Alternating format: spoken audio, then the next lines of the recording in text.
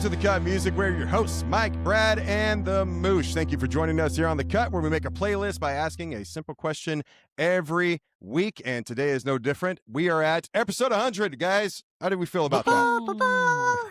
Hooray! Wait, where's the react button? I gotta have the little celebratory. Oh, yeah, there it is. The soundboard just. I'll see if I can add that in post. Dude, 100 episodes. I talked about this a few weeks ago. It's a very big deal. We wanted to make sure we did something special today. And I think, Moosh, I think this is your idea. Why don't you explain what we're doing today? Because I couldn't come up with anything else. Yeah, give us your thought process. Sure. I figured, hey, episode 100, what better way to celebrate and to go over the last 100 episodes than by reviewing or going through songs that we love that the others shared to us. So songs that were introduced to us by guests that we had on, other bands that we had on, or between each other. Songs, when Brad joined the show, he brought a wild diversity of songs that I fell in love with. I know, Mike, you liked a lot and you hated Brad's a lot. Cuts, yeah. Yeah. Cleopatra. I remember that one. That was the Shady Oaks Life Alert. Hell yeah. I own that, dude. That was on my list too. And this was hard because it wasn't like, oh, let's just listen to jazz or let's listen to blues songs or whatever topic. It's like we have a list of all the songs and all the artists that we've discovered throughout the past 4 years that we've been doing this show. And it was so fun to kind of like, okay, let me go through and find all of the songs. All right, which ones spark some sort of joy? I felt like Marie Kondo. You know, have you ever seen this on I think it's like the Home Garden, Home Show, Home Improve. I don't know what it is. Was that the lady that makes like simplify your life? Yeah, it's a little Japanese lady, and she's like, "Oh, touch every item in your home and put it in front of your face, and if it doesn't bring you joy, it goes a donation or it goes in the trash." So like I was did that through all of our library? Yeah, I was going through Marie Kondo style, going through all the songs, and if something sparked joy, I was like, okay, that's going on my list. And then I had to shave that list down to 5 tracks, which we're doing 5 tracks each, right, fellas? 5 tracks, so it's kind of like an extended episode to really like grasp, you know, our history back when, you know, Moosh and I started it. I know I got some stuff from back then, then you or I, one of us picked stuff from, you know, Brad's very first episode. And it's a big deal to be at 100, but I'm curious, like we started this last week on 99 for our 99th episode. How was the preparation process for you guys? A lot of H. Oh, dude. A lot of H? Preparation H. Oh, heroin I thought you meant for me. No, yeah. no, not that kind of H. Was this frustrating? Yeah. This was quite a bit. Also, like just being like, oh, who the fuck played that?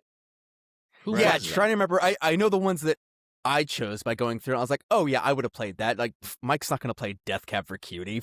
Okay, yeah, obviously. Sometimes it was pretty easy. Yeah, sometimes it was like okay, but yeah, there was like. I mean, I stayed away from our deep dives. Like, I didn't choose anything from Zeppelin or Chris Cornell or anything like that because that wasn't an introductory to either of us. That was more of a deep dive into the artist to share to the audience.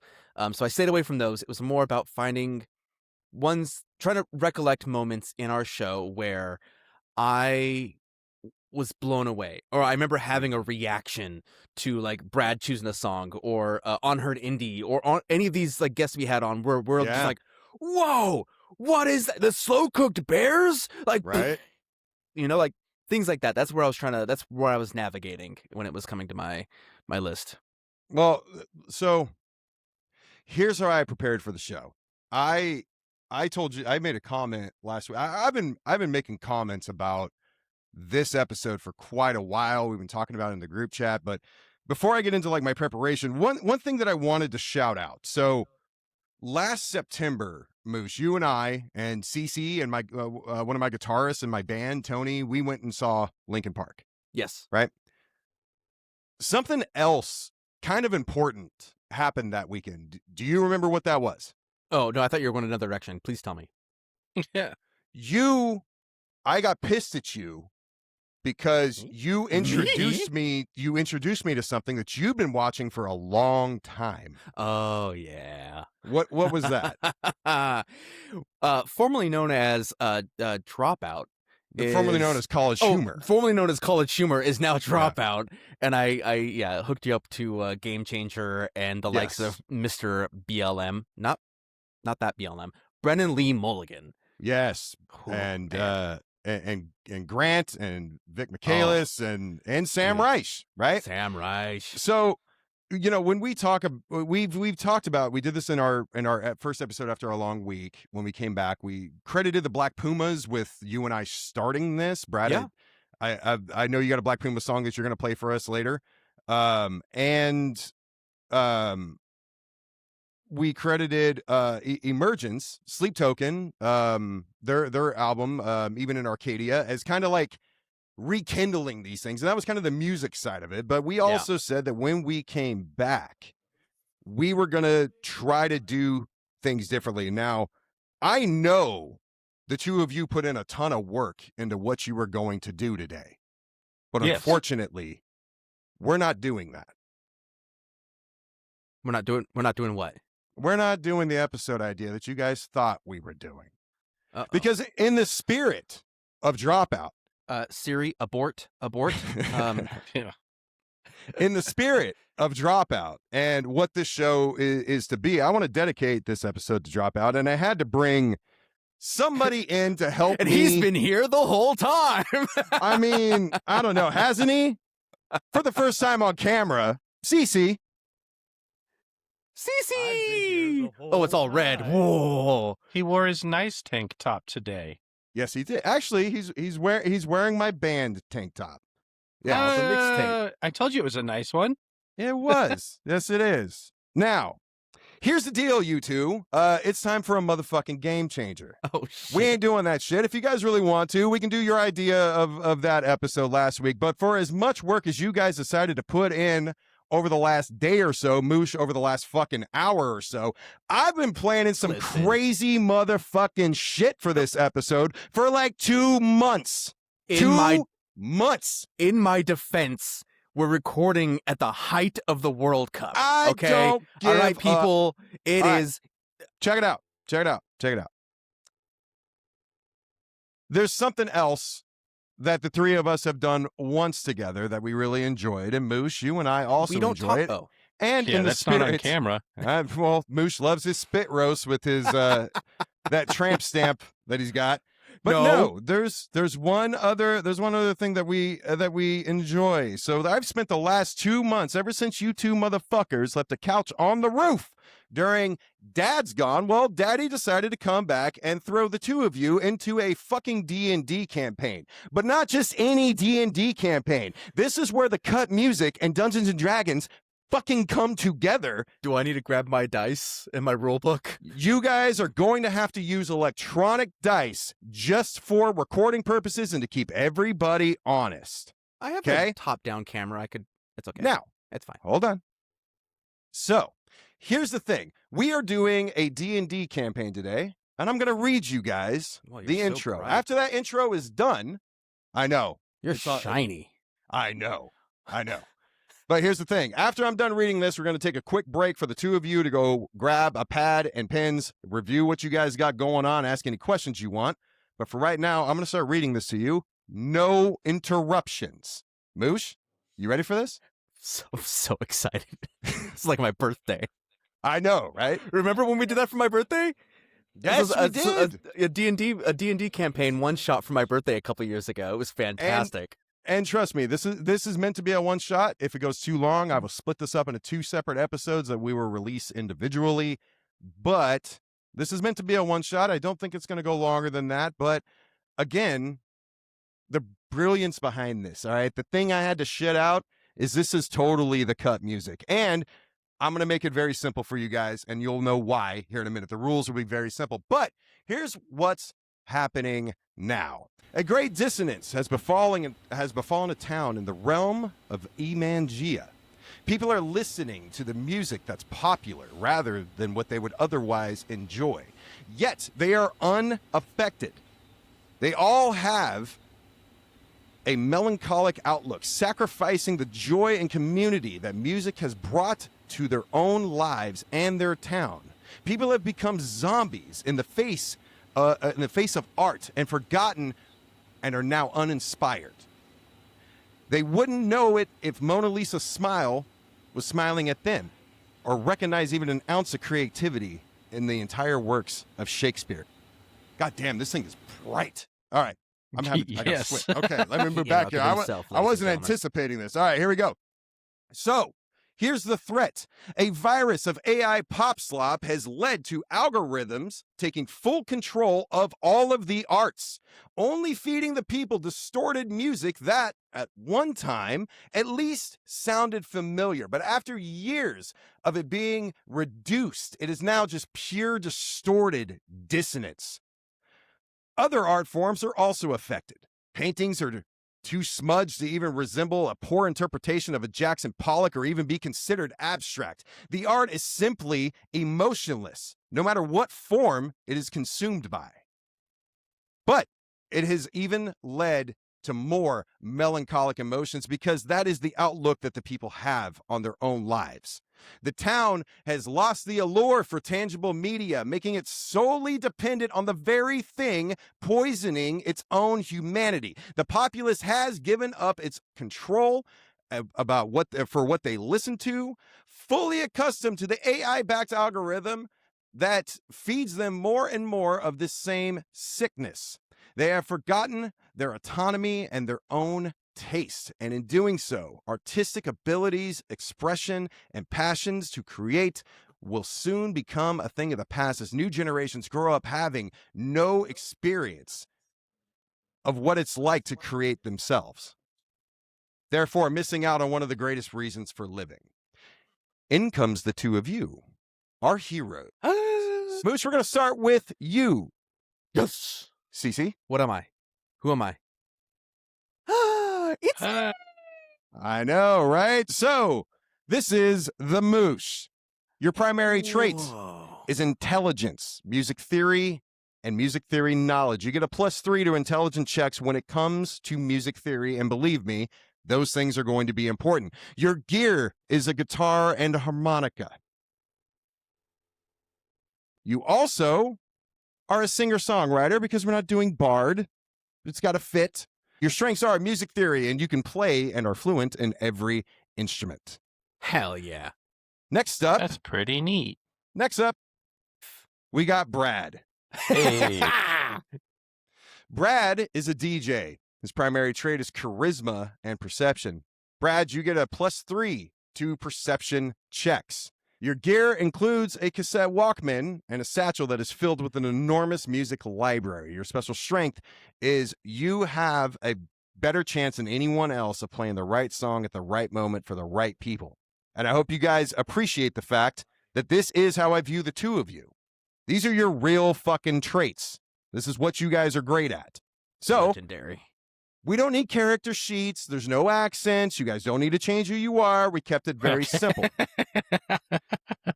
But this is who you guys are for now. Okay.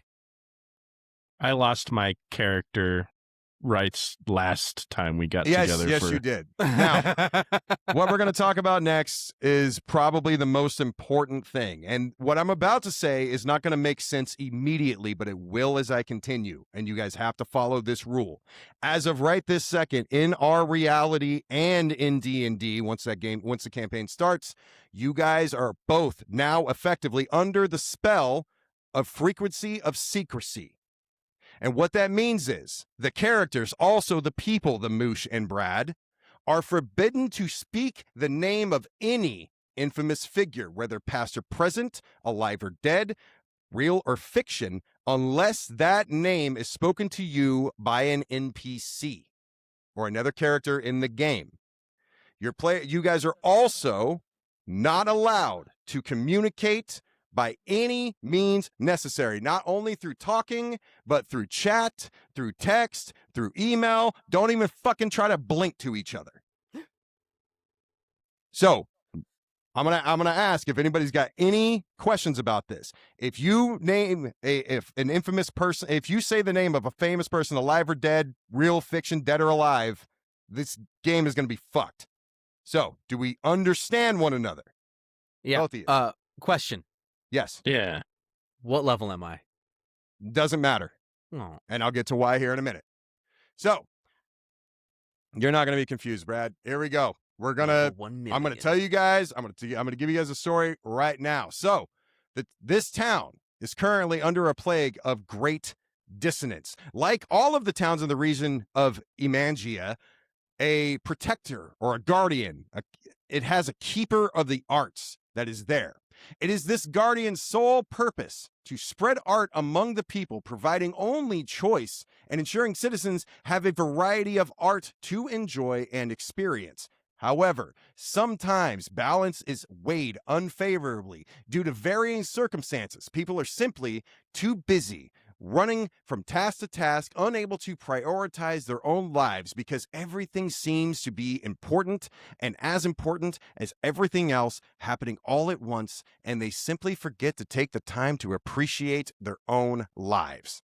This becomes an evil energy that grows like a cancer, and once it is spread, the guardian falls into a deep slumber, like Sleeping Beauty. But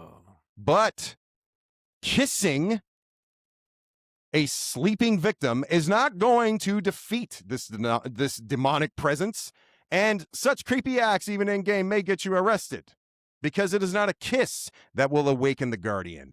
It is a playlist.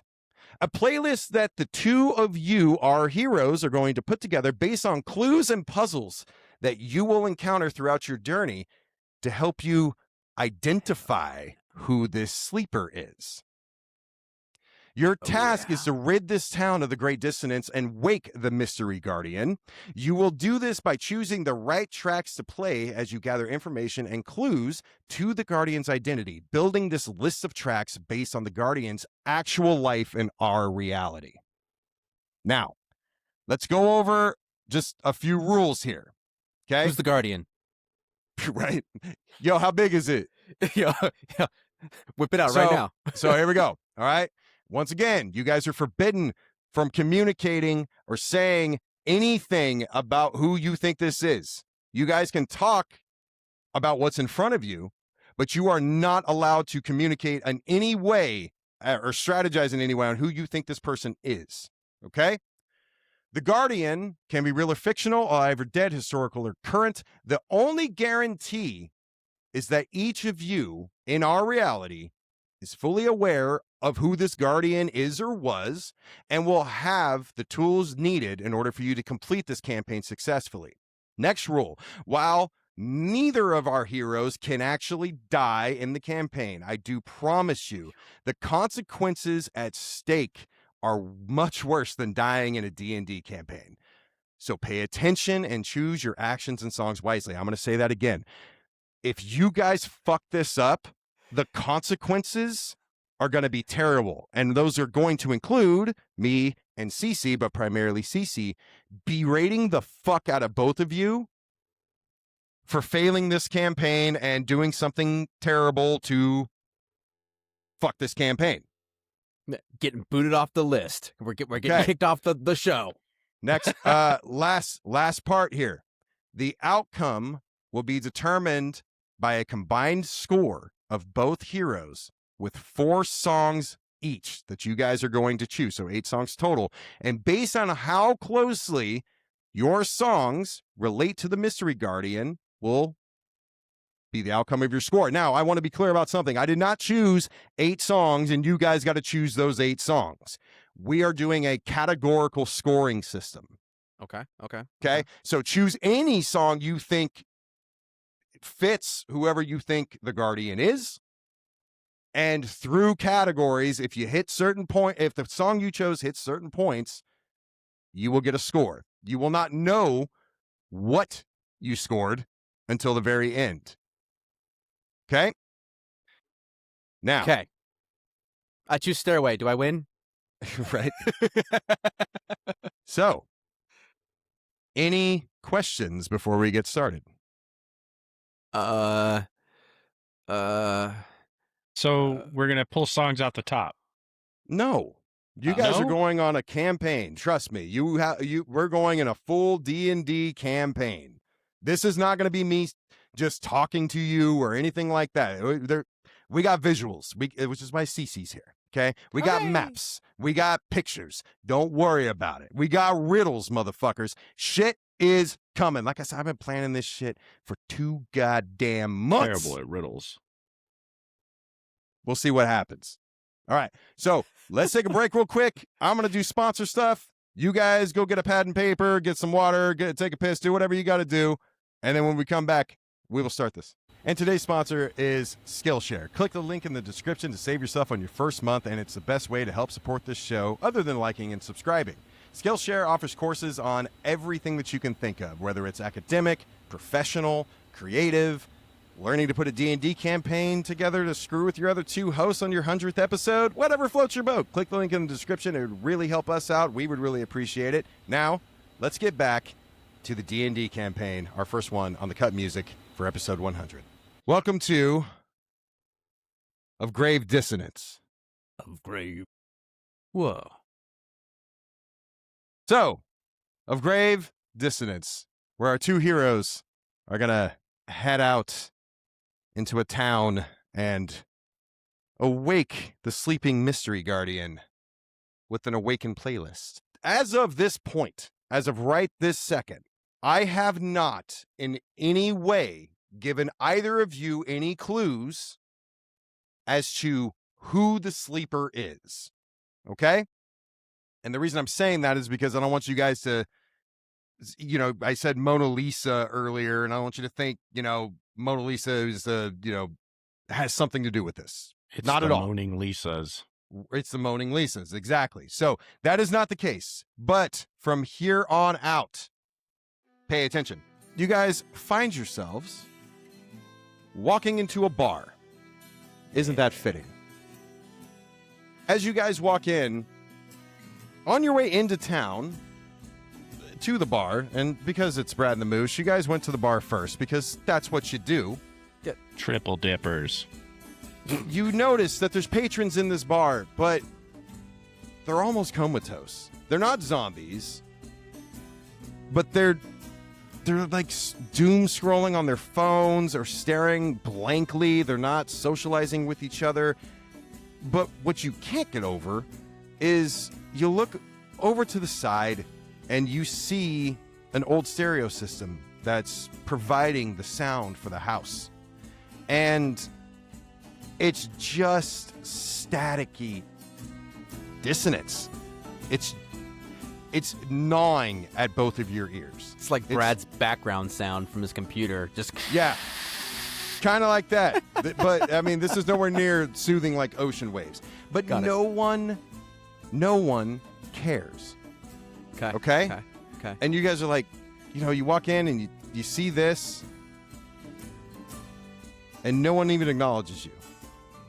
Okay. You see 2 people, a man and a woman, behind the bar, serving drinks. Floor is yours. How old are the patrons when I look around? There's no children really in there. It's mainly just adults standing around. It's not a 21-year-old place. It doesn't seem that way, but there's couples and people sitting by themselves in various booths and tables and at the bar. I think I see a jukebox. That's what he's talking about. That's what's making the sound. Okay. It's not I Spy, Brad. Yeah. I think. Were you talking in character? Like, yeah. Hey, I think I see a jukebox. Right. Oh, Cool. Yeah. Hey. Yeah. Cool. You check I'd out like the to jukebox. see what's I'll on get there. us. You check out the jukebox. I'll get us some beers. Okay, so let's Moosh. Let's start with you.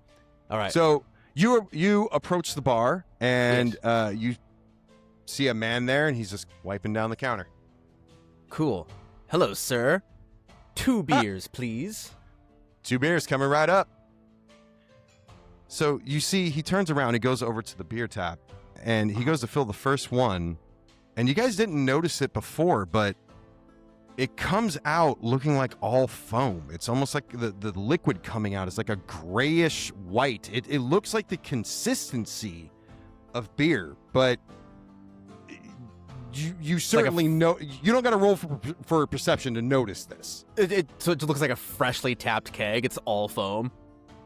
Yeah, but you know that it's also not all foam. Oh, okay. So Sounds like a seltzer. he fills up the 2 pints, comes back. Here you go, sir. Cool. You didn't ask me what kind of beers I wanted. We only have one kind. Oh, what kind is it? It's the house ale. House ale. Isn't any good? I don't hear any complaints. Huh. Yeah, all right. How much do I owe you? You know what? I've never seen you guys in here. You guys from out of town? Uh-huh. Okay, where from? What brings you to our tiny little pub? Just traveling through. Business is Traveling. our own. Okay, All right. still on the house. Let me know if you need anything or have any questions. What's up with the jukebox over there my buddy's looking at? Oh, that was installed back when my mother, Julie, owned the place. My sister and I moved here about 6 months ago to take over the family business, and it seemed like the people enjoyed what comes out of it, and honestly, her mother didn't leave us any money or anything, so we haven't fixed the selection. Okay. Thanks. I'm gonna take the 2 beers and walk over to Brad. Okay. All right, dude. Got us some beers. It's the house ale. Cheers. So I give him a beer and we toast and then I take a swig. What's it taste like? What does it taste like? So when you guys cheers and you guys take a drink of it, it doesn't immediately taste like you guys want to spit it out. There's something familiar in it that makes it taste like beer. Like it was obviously there's some hops involved, but it is definitely not the worst thing you've ever tasted, but it is the worst excuse for beer. It's like hop water where it was like it's kind of beer but there's no alcohol. It's just like it was the worst. made. But the worst part about it is that it's not super thick, but there's almost like a nitro texture to it, where it's kind of milky. Okay. And the thickness is really what throws you guys off along with the taste. How much of it is stuck on the Moosh mustache? You have a full layer right along the bottom, and this shit does not wash off easy. Oh, great. Fantastic. Okay. Won't be kissing any damsels tonight. Cool. What's on the jukebox, Brad? So when you guys look at the jukebox, what you see is everything. The numbers are all very clear, and the jukebox appears to be in very good condition. The lights on it work, everything. But when you look at the selections, as you flip through the pages of the selections, the only thing that's clear are the numbers. Everything else is just smudged out. Okay. Fuck it. Choose one. Choose song number 7. Song number 7. So, Brad, you press the button, and the song that's currently playing stops. And then your selection plays, and it sounds identical to the last song that was playing. Just to make sure I didn't select the song that was already playing and I didn't know, I'm going to hit 6. So the song that's currently playing stops. That 6-7 bullshit does not exist in this universe. I didn't say anything. So, but the song that's currently playing stops, and then what sounds like the exact same song starts playing. And as you guys are doing this, there's no other reaction going on. The people, the guy and the girl behind the bar, they just go on about their business. Nobody looks up. Nobody says anything. They are pretty legitimately comatose. Okay. Huh. Well, Can I ask the barkeeper why that if he knows that his jukebox is broken? So here, just a reminder, Brad. You can do pretty much. Don't try to break my game, but you can pretty much do whatever you want. So if you want to ask the bartender something, just say, "I'll walk over to the bartender and I ask him this," and we'll go from there. Yeah. I walk over to the bartender and I ask if he's aware that his jukebox is broken. It won't stop playing one song. Yeah, I am. Like I told your friend over there who wasn't very forthcoming with information. I was trying to be friendly, and he's just like kind of walked off, even though your beers were on the house. Anyway, I told him that our mother died 6 months ago, and my sister and I, we moved back to take over the business, and Mom was modest. We haven't had any money to replace the selections on the jukebox, and honestly, the customers don't seem to mind. Do you mind?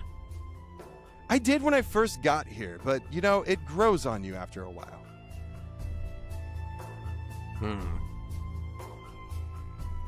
I walk over and join Brad at the bar, and I'm like, "Hey, so, thanks for the ale. Tastes great. You're welcome.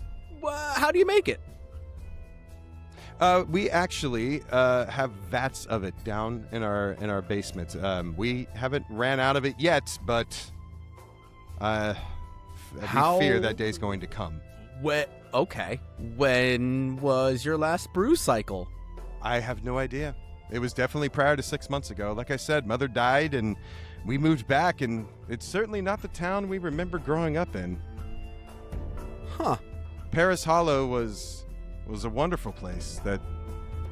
It was an amazing place to grow up. I mean, you hear about the places where you leave your doors unlocked, everybody knows everybody, and it seems that way now, but it also doesn't seem like anyone cares. Interesting. Does seem sad. It's funny you say that. I've noticed my sister and I both, we've been questioning whether moving back was the right idea. We want to carry on Julie's bar and grill and Mom's memory, but I don't know if it's worth it. Happiness is the most important thing, right? Yeah, absolutely. Speaking of happy, I could go for a bite to eat. This is a bar and grill, after all. What's on the menu? We serve French fries. French fries. Cool. Any protein? Unlike all the vats of ale that were left in the basement, the food ran out rather quickly. But we do know Mother's French fry recipe, and being an Irish pub, we kept that on the menu, and therefore the only thing on the menu. Huh. You can tell that he is longing to talk to somebody. And you can tell there's concern on his face, but he's also very excited to kind of talk to you guys. Okay. I'll take a seat at the bar. I will finish that pint of ale I assume he gave me. I'll ask for another one. And as I presume he's grabbing me another one, I'm going to pull out of my vest a long pipe and start smoking tobacco. Okay. Can I smoke in here? Of course. Sweet. Smoking has no negative effect here in our town. No one's ever had cancer or anything like that like I hear of other places. There's no need to worry. Oh, good. Must be Plus, good what tobacco. goes better with ale than, pipe tobacco? That's a classy choice. And speaking of class, Paris Hollow used to be filled with it. Just down the street, if you walk out. You guys have never been here before, am I right? Passing through.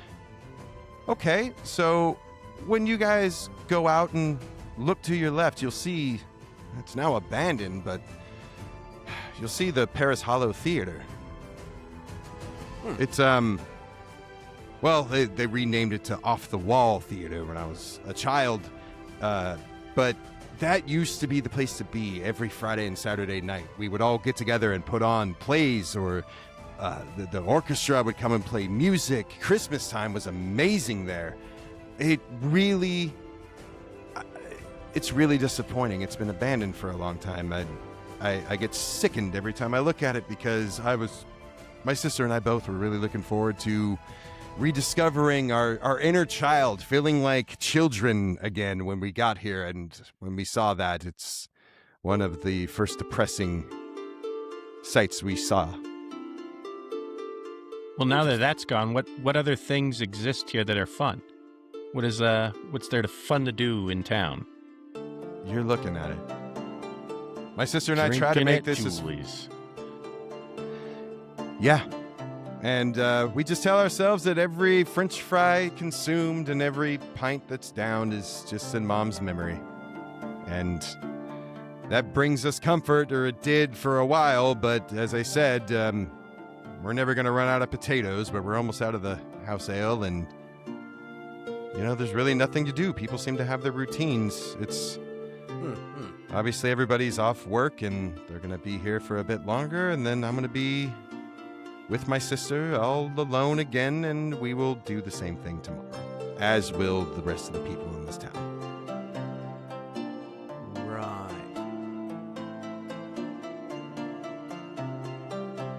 So these your kind your regulars over there that are sitting down? I mean, you say they come Everyone here is a regular. Everyone you see is here every day at the same time, and they leave at the same time. And the longer this goes on, the more I realize I'm becoming the same. My sister barely speaks anymore. And how does that make you feel? Sad. Lonely. Natalie. And you guys look over to the bar and you see Natalie, his sister, just wiping down the same spot on a counter and totally oblivious. She responds once in a while, but for the most part, unless somebody orders anything, like, we don't have anything to talk about. You don't have a whole lot of bar fights around here? Like, nobody gets angry or riled up? Nobody can be that excited. Look, there's no energy. They need something to move them. I don't know what. Okay. I'll finish that second ale, and I'll throw the glass against the wall. Okay. So, I assume you throw the glass against the wall in a safe spot where nobody's going to get injured, or are you, like, throwing it above somebody's head? It's sitting at a table? Yeah, I'll throw it so, like, you see on the little, the where the bar is? Yep. Right, in the little picture here? I'm going to throw it across towards the booths. Okay. And hit one of the pictures over there. Okay. See if I can rise a reaction out of it. So you finish you finish your drink, you set the glass on the bar, and then you glance over to your right and you throw this yeet, and you throw this pint of beer, and it hits let me see, looking at my camera's perspective here, it hits about right here above somebody's head.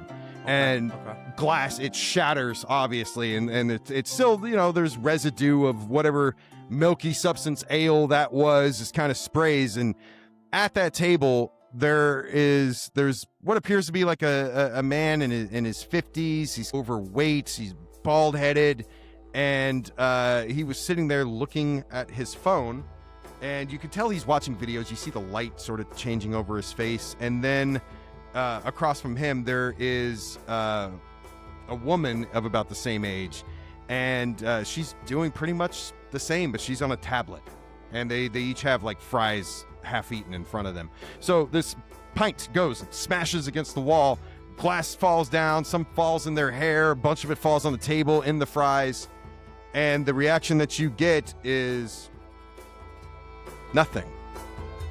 Whoa.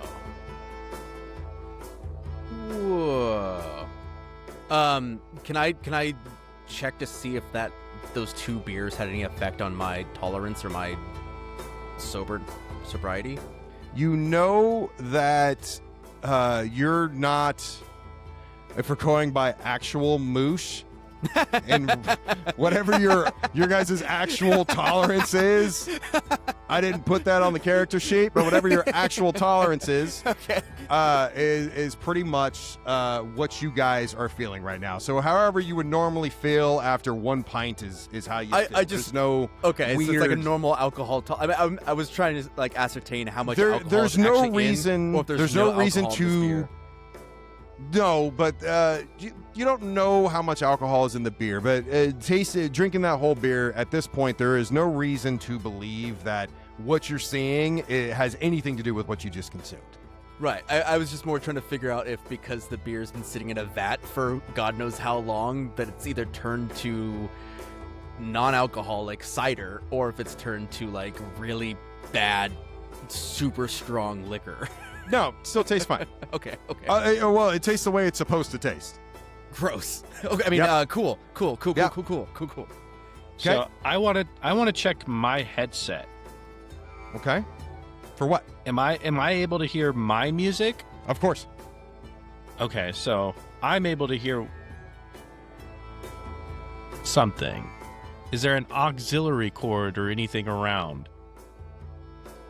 Roll for perception. Ooh. That's the only die we got to use is a D20, so that's all the way to the right. Bradley. That's not a D20. That's a D100. Oops. 5, but I got a +3, right? So 8. Okay, so with that, with your +3 as an 8, you go over there and you find that there is an auxiliary jack that you can hook up to your cassette. And with that perception roll, you know that you want to play something that gets them moving. Yes. Yes. Yeah. Something to change the mood. Wait. Bradley, you're about to play the first song. But I thought we're not allowed to name any famous things until. No, you are correct. Names of song only. Don't talk about the artist unless you need to tell me the artist to find it. Gotcha. Yeah. Gotcha. And I should probably make this clear. While Brad is going to play things off his cassette, Moosh, in game, you're going to play everything with your guitar and your harmonica, but the playlist on Spotify will be as normal. Righto. Okay, Brad. What do you play to get these people moving? Unts, baby. That's a pretty good one. Bloodhound Gang. What? I'm gonna pull something.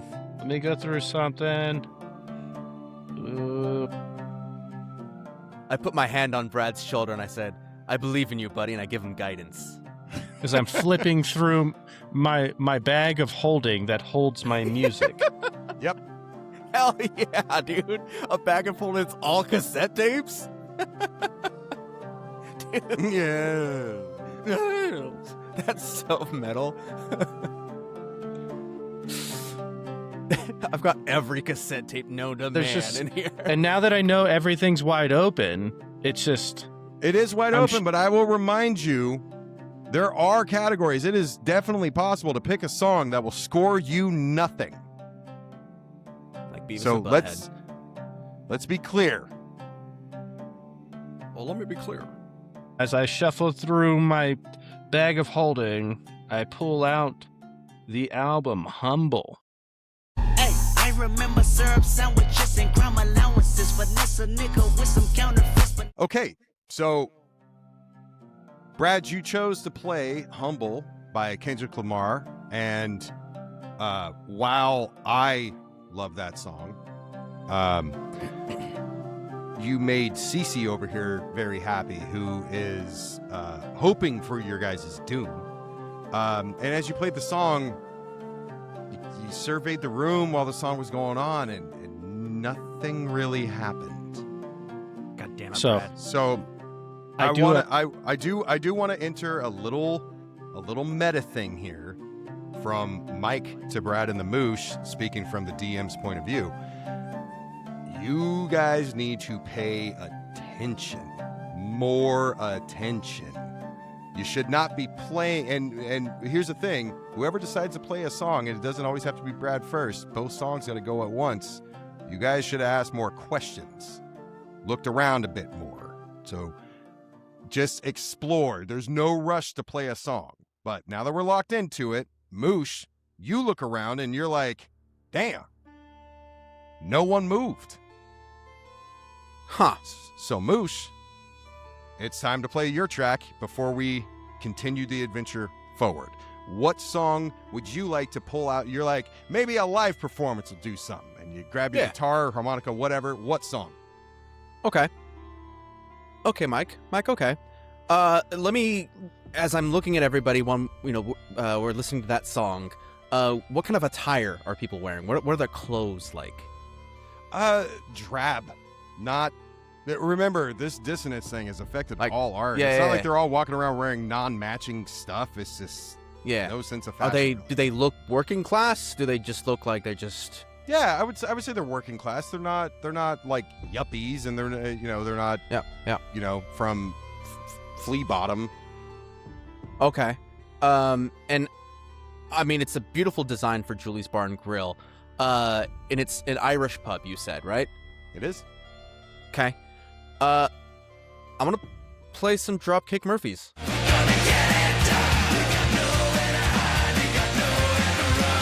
right, Julie's Bar. Whoa. That song was dedicated to a barkeep. All right, Moosh. So you play the song. Yeah. And you're looking at everybody as this is happening, and first their foots start tapping. Okay, their foots. Okay. No, I shouldn't do that as D&D. It could be another creature. These are all humans. First they start tapping their foot. You're looking around, and they're kind of grooving, and then their heads start bobbing, but they're still kind of locked into their phones. Yeah. And but when that first chorus comes in, they start looking around. You've awakened them, right? They've been in like a comatose state, and it starts off like it's almost reflex. Yeah. Like they're not doing it consciously at first. It's like they like you do when something's coming at your face and you're like this, right? Yeah. But it gets more and more smooth. And then by the time that last chorus kicks in, they are straight fist pumping. They don't know the words, but they got their stank face. They're doing this. Hell yeah. The song stops, and they all kind of look around at one another. And the whole time this is happening, the barkeep that you guys were talking to, the male, he's like, what the fuck is going on? Like, he has not seen anything like this since he's been back. But once the music goes away, they all kind of just look around at each other and go back to what they were doing. All right. And immediately once your song is over, Moosh, that static, dissonant sound returns. And now the bar is as it was when you guys walked in. But a little stankier. No, but like I said, the barkeep that you were talking to, he also is the same as when you walked in, which is having some sort of mindfulness, is what I'm saying. Right. Okay. Now, one other thing happens. Brad, you feel something kind of enter that satchel that you carry with all of your cassette tapes. And you pull it out, and you see at the top, it says, the playlist of awakenings. And there's numbers 1 through 8 written down the side. And next to number 1, Kendrick Lamar, Humble. And next to number 2, Dropkick Murphys, The Boys Are Back. Just sort of like invisible ink, like fading back in. Cool. Now what do we have do? a book. It's a one you knew piece how to of paper. read. I want to take a piss. But what I really want to do while I'm taking a piss is check out the graffiti in this bar.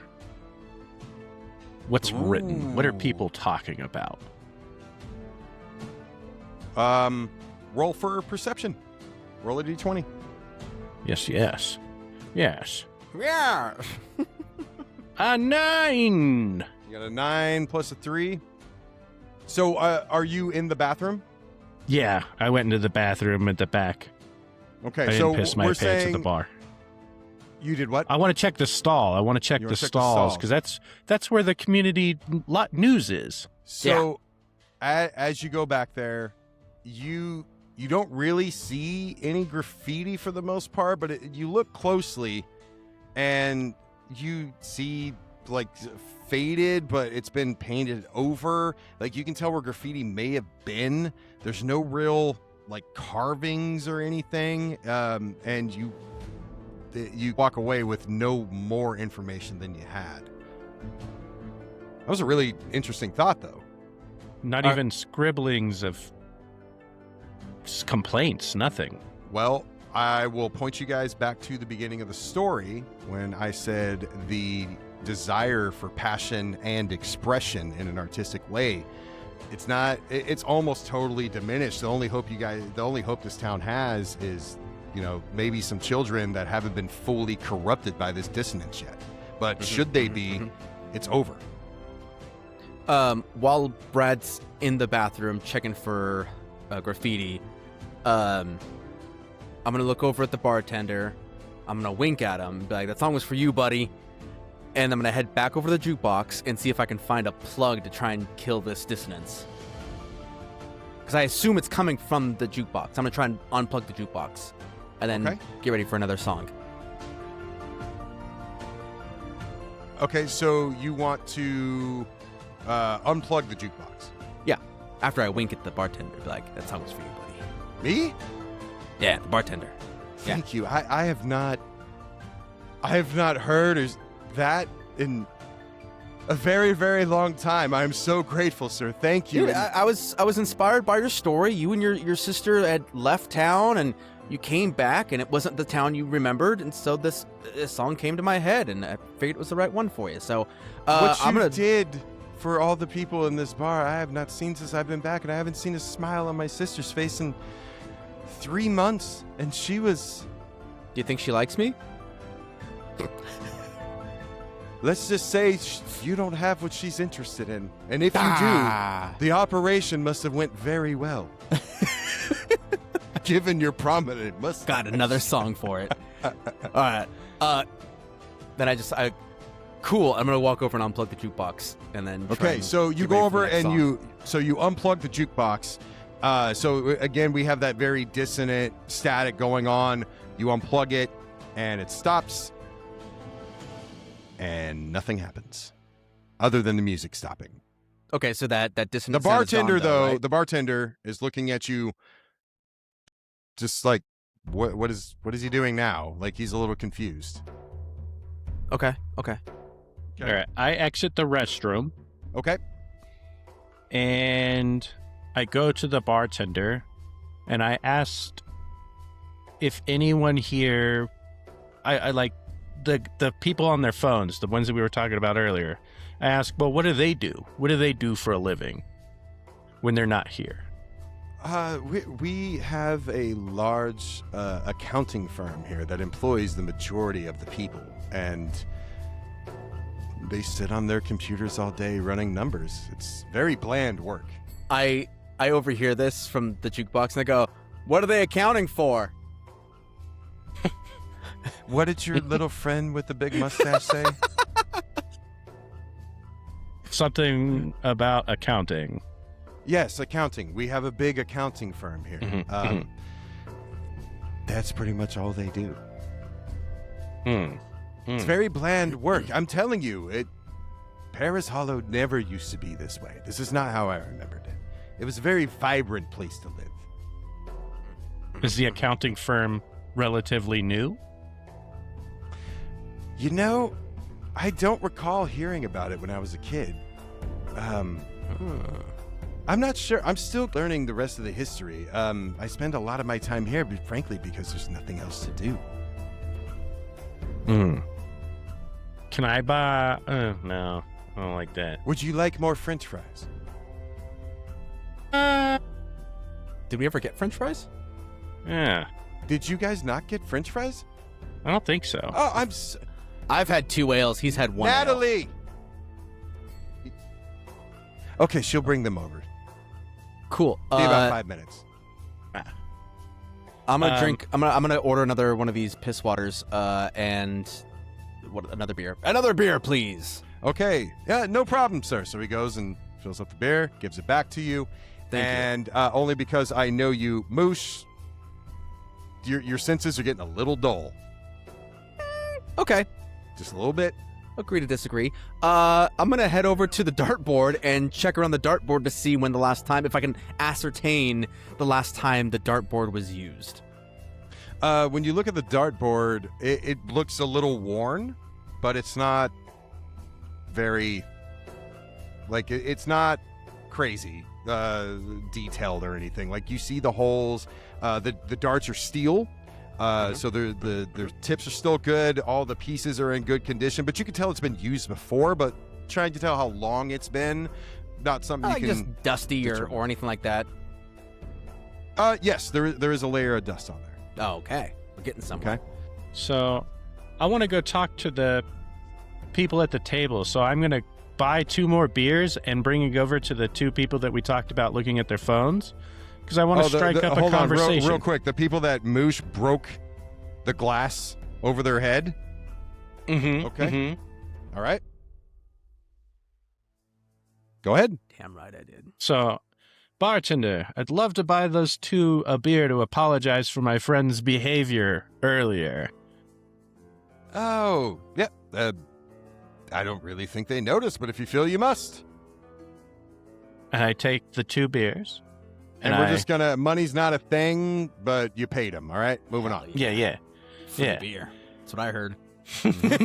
So I go over to their table and I hand them both a beer in an attempt to strike up a conversation. Uh-huh. To ask how their day was. Oh, no, don't talk like that. You walk over, you set the 2 beers down at their sides on the table, and what do you say? Hey, I just wanted to apologize for the incident earlier. The spears are on me. How's the day going outside of that event?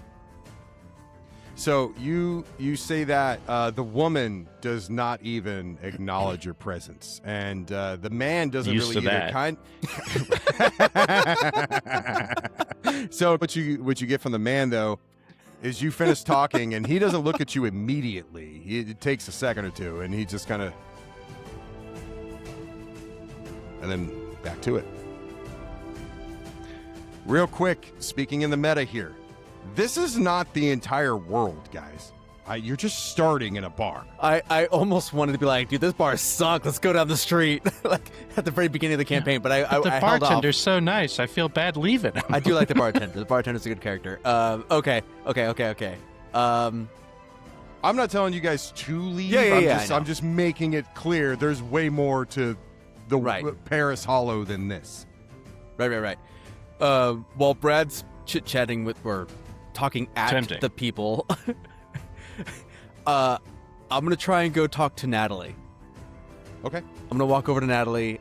My 3rd beer is still in my hand. I haven't really drank a whole lot of it or any of it, really. That's not terribly So you good. walk up. Hi, Natalie. My name's the. Hey, so come here often? No, I don't say that. Okay, all right. So you go out and say what? She's walk up just to standing there Natalie. wiping down the bar. Very cliche. right. Okay. I'm gonna walk up to Natalie and be like, "Did you get it?" Oh, the fries. Yes. Hold on. Give me 1 sec. She immediately, as she's talking, turns sorry, around, walks sorry. away from you, and goes in the back. No. Sorry, I didn't. Okay, that's fine. That's totally fine. But what I meant when I said "Did you get it?" was I was like looking down at the spot that she's on the counter. I was gonna say like, "Did you get it?" Like, Yeah, the I spot. know. Whatever you meant, you Fantastic. said, "Did you get it?" And she said, getting fries. "Oh God, the fries! I'm so sorry." And as she's talking, she turns around and fucks off to the back. And Does leaves she have you a cute standing butt? there. Roll for percent. I'm kidding. She's. I will roll right now. Natalie has dark hair, pretty fair skin. She's not very tall, and she's wearing a dress. You would consider her probably just like cute. Hell yeah. So you're telling me there's a chance. Oh man. You made me a bard. What do you want from me? Oh man. Oh, it's gonna go sideways real quick. Yeah. Anyway, so she goes back to the bar. She's like, do you want to wait for her to come back out? I'll wait there. I'll hop a seat at the bar. Brad, what are you doing while Moosh is waiting for Destiny to walk? Oh man, did you say those Natalie, thighs or those Destiny. fries? Did you say those thighs or those fries? Those thighs is funnier, but I definitely said those fries. All right. Oh man. Oh, this is gonna be so fucking These weird later. eyes. All right, go ahead, Brad. So, I catch the hint from the table. They're not interested in speaking to me. Mm-hmm. So I make my way over to the window to peep outside. Okay. To get an idea of what's our surrounding area. Well, to be fair, you guys you guys walked in here basically. You didn't appear, right? So when you look outside, what you can see straight out the window, I'm assuming from the front of the bar, you see the street, and across the way you see like a grassy area with a really large circular roadway, and there's some trees and stuff in the background. You can see like a park off in the distance, Like a roundabout or like a cul-de-sac? like a roundabout. Okay. With like a park in the middle. Is there anybody in the park? Do I see anybody at the park? No, and when you guys were walking in, I mean, this town's pretty dead. You're looking at the people that live here. Nope. I know I'm not. Should I know what time it is? Would I know what time it is? Yeah, you guys will know what time it is. I would say it's evening. Survival check. Okay. Yeah. Okay. I'll wait patiently for Natalie. Okay, so Natalie comes back out with the fries and comes out from behind the bar and goes from right here. Does you have a cursor? There you go. Goes from right here and kind of goes down. And Moosh, you're sitting at the corner. She walks right past you with those fries. And Brad, even though you're not at a table, you're kind of just standing back, sort of looking at these two people that had no interest in you whatsoever. You sort of turn around and she's standing right there and she's like, "Here's your fries, sir." And then she hands you the fries and she turns around. Moosh, she walks right past you again and back to that same spot and starts wiping down the bar. Okay. I say under my breath, I still got it. Okay. I really want to know what kind of fries they are. I'll go over to Brad and be like, "Ooh, fries. I want to grab one." And as I do, am I grabbing like a McDonald's fry, Burger King fry, or like a 2-hour-old In-N-Out fry? You're If you know, you know.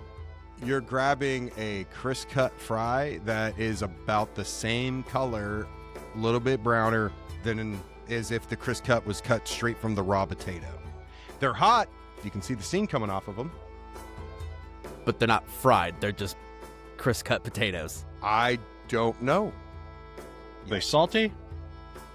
I'll take a bite. Yes, you can see some. Okay, so you can see some salt on them, and they're obviously hot, but they're just lacking color. So, Moosh, you take a bite. You take a bite, right? I'll take a bite. Okay, you take a bite. It's a little, it's a little undercooked from what you can tell, but not so undercooked that it should be tasting so bland. You don't taste the salt. You practically taste absolutely nothing. It kind of tastes like the inside of like the meat of an apple a little bit. Okay. With a tiny bit of crunch, but it's absolutely tasteless. Okay. What the hell? Sorry, the jam ended and Humble started playing again. Okay. I was like, what the hell? I was like, well, sorry. It scared me. Okay. Fascinating. What now? Where do we go next? Or what do we do? Look at Moosh and I go, "You want to blow this popsicle stand? The food sucks." I'm like, Yeah, we gotta find some cultured places around here if we're gonna get some good eats, because this is bland AF.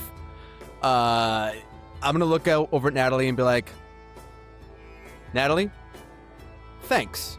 Okay. I'm gonna look at the bartender and be like, I don't remember your name, but thanks.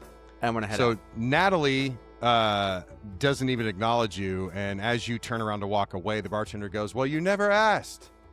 Fair enough. I don't. And I keep walking out. Okay. I say asked what? You guys never asked my name.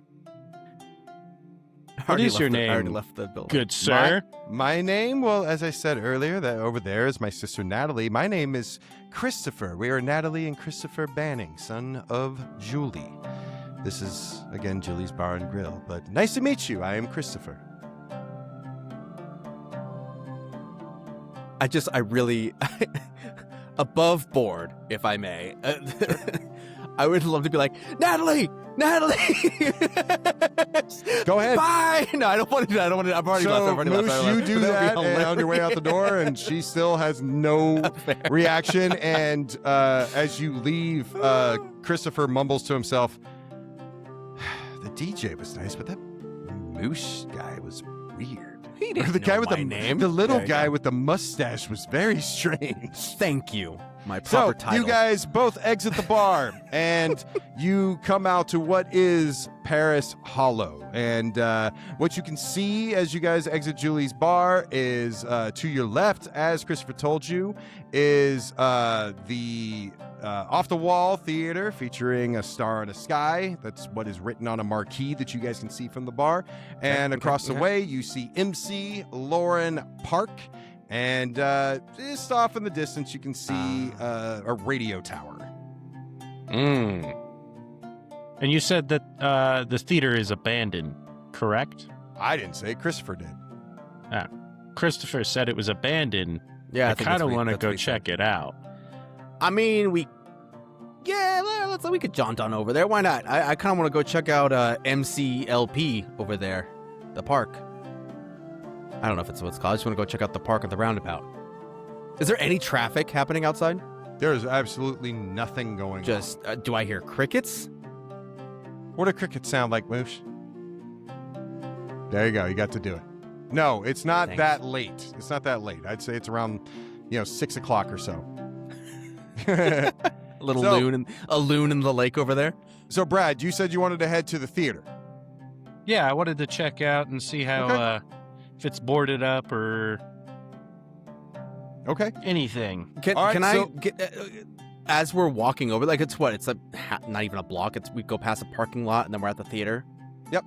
As we're walking, can I just kind of strum my guitar? No particular song, but course. just kind of like strumming as we're walking, just to kind of liven up I'm our footsteps sure and stuff. Brad loves it. It's been a long journey on foot here, and Brad's been listening to you do that for a while.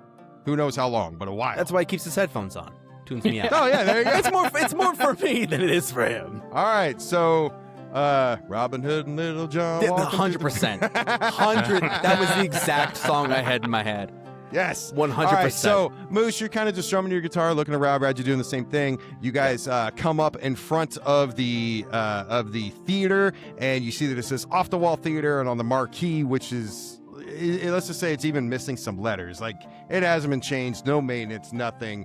Parts of the plastic are like broken, but you can make out it says A Star in a Sky Theater. I was going to check the door to see if it was unlocked. The door is unlocked. Is it trapped? I don't think it's that kind of D&D campaign. No. So the door Check is for unlocked. traps. You open the door, and do you guys enter? Yeah. We Okay. enter. So you guys enter the theater. Ooh. This reminds me of Last of Us. Oh yeah, a little bit, right? Yeah. So you guys enter the theater, and you can see that everything is in pretty good condition still. But it's just a layer of dust. There's just dusty scraps of debris. There's a whole orchestra, as you guys can see in the picture. There's a whole orchestra section of music stands and some instruments and bows and stuff on the floor. And then there's this large platform in the middle. Okay. I'd like to let's check it out. investigate that. Yeah, let's go check it out, Brad. Tell me what you're investigating. The platform in the I middle. want to know what kind of platform it is. What was it used for? Okay. There's no reason to roll for perception because it's not that complicated. So you guys go from towards the stage and walk up into this platform, and you see that there's a piece of paper that's on the ground. And when you guys pick up that piece of paper, excuse me one sec, I've been waiting for this. Hey, I'm going to put this in the chat so you guys can read it. But here is what the piece of paper says. I hope so. I want to know. I want to know, like, when we walked in, if like these lights are on, right? Oh, okay. Go ahead. Like, we walked in and like all the lights are just on.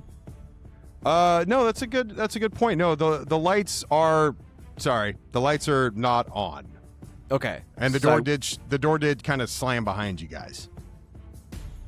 Like, because it was heavy or because there's ghosts? There no paranormal. Don't worry about the paranormal. That's not a thing. So you guys pick up this piece of paper. Games. So I pasted in the chat. You guys pick up this piece of paper, and here's what the chat says. Or here's what the paper says. I hand it off to Moosh, and I go, "Oh, I think this is for you." Great. You're not wrong. Thanks. I'll read it aloud.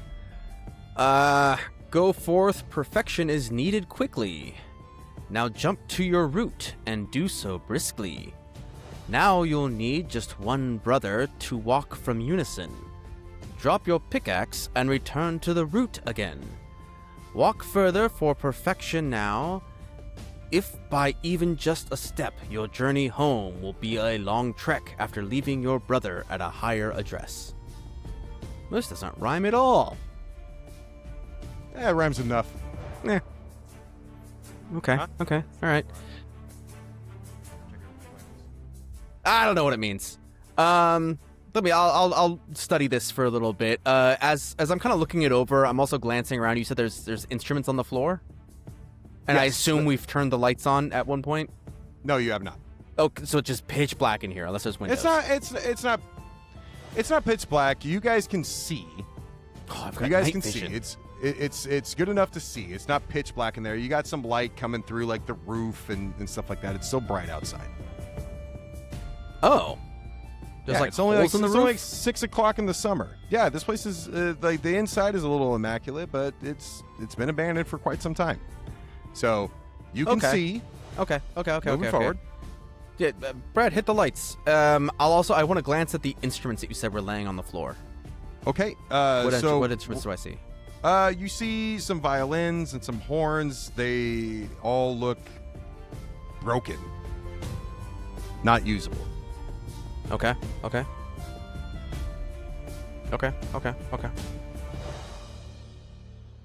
Usable, not broken. And there's bows for the violins laying there with them? Broken as well. Either the bow itself is broken or the twine is broken. It's not twine, it's horsehair. That's what I said. Thank you. Uh-huh. Okay. They use twine in Mangia, so. Or I the wanna check- DM is just God, and you take what he fucking says. All right, moving on. What do you want to do, Brad?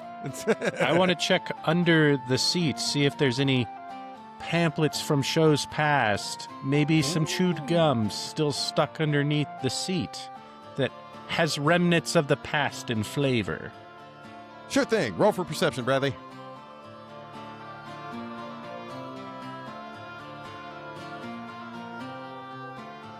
Brad, you look under there and you see dust.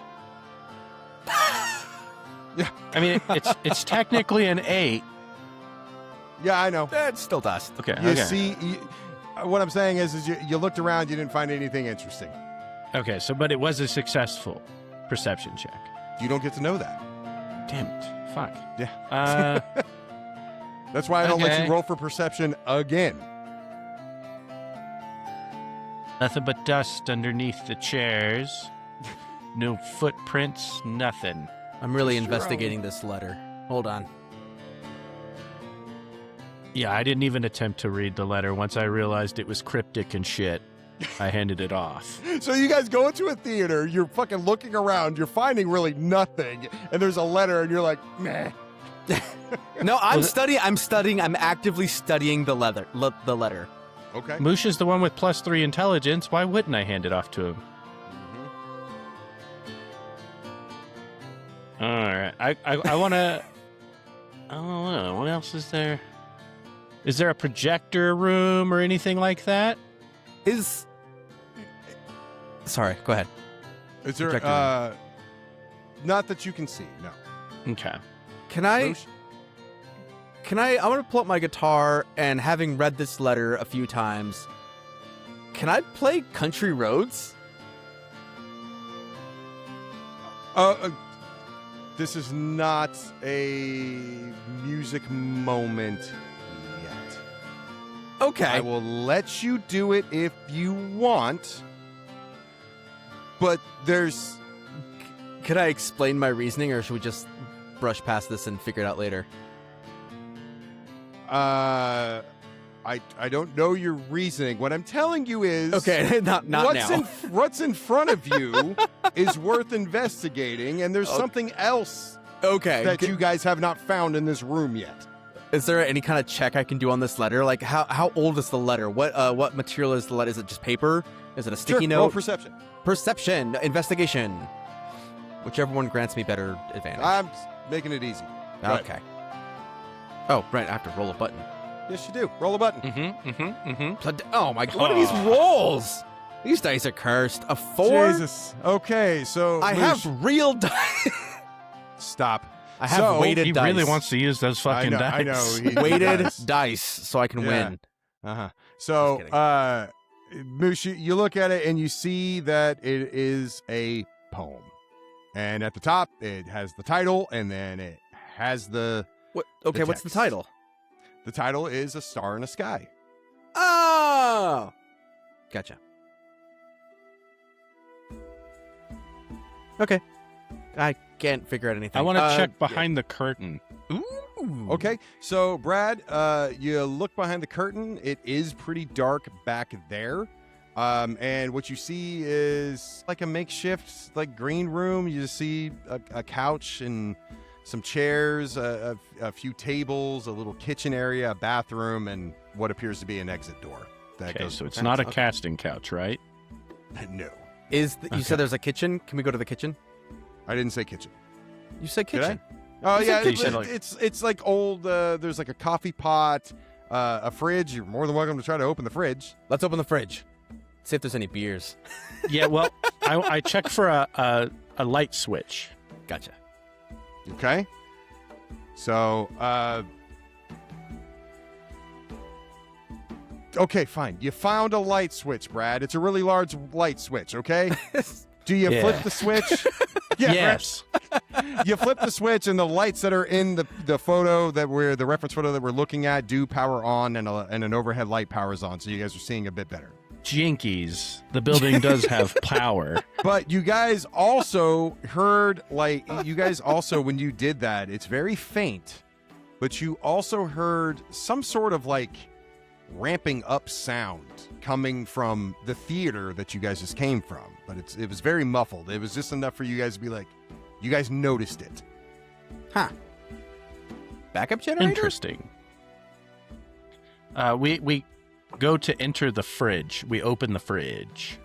Attempt to open Okay. the fridge. You open Yeah. the fridge, and the foulest of smells hits both of your nostrils, and you guys are doing everything you can not to puke all over the place. Do you shut the fridge? Yeah, immediately. Okay. There After you go. 3 beers, do I have to roll for It stanks Constitution. you guys out of the backstage area, and you guys are back on the main stage. Cool. Ugh. Woo. Yeah. Yeah, that was bad. It was the first thing I've seen here that had any kind of character, though. That's true.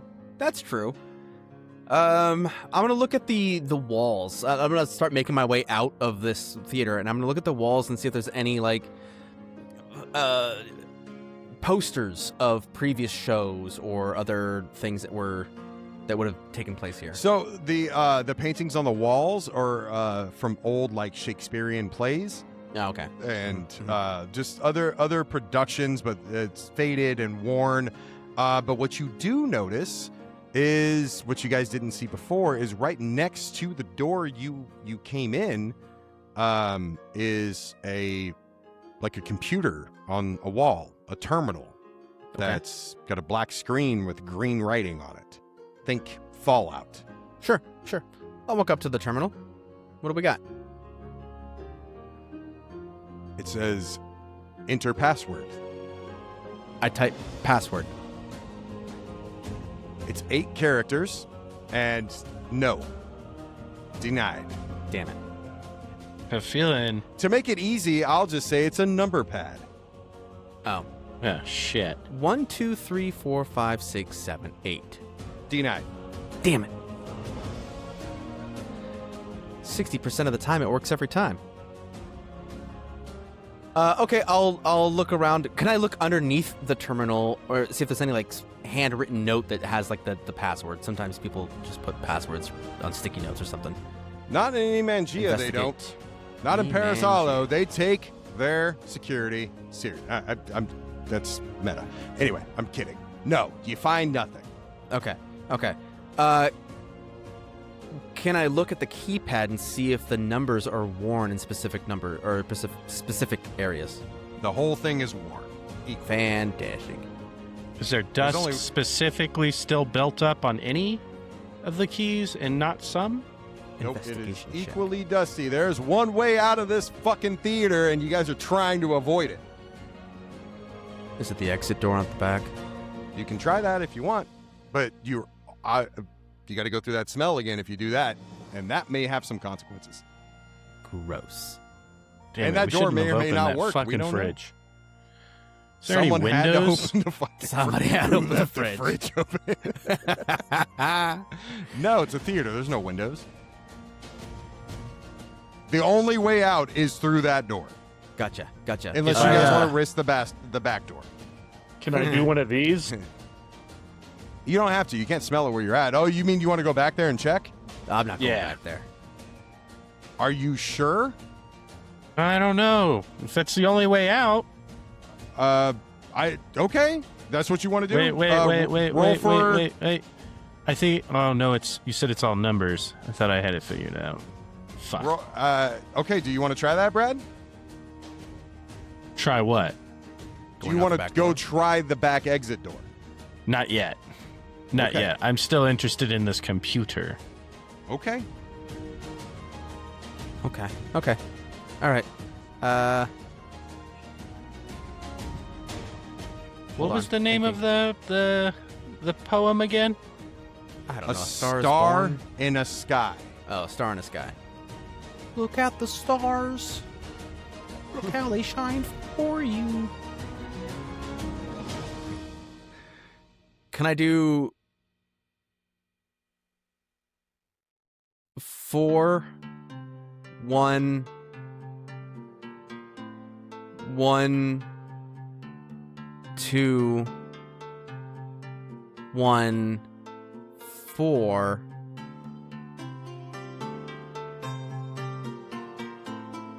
Eh? 2, 8.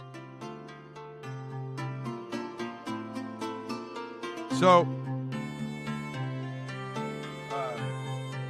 In the poem, ladies and gentlemen, That's there's a what I lot was of thinking. coded.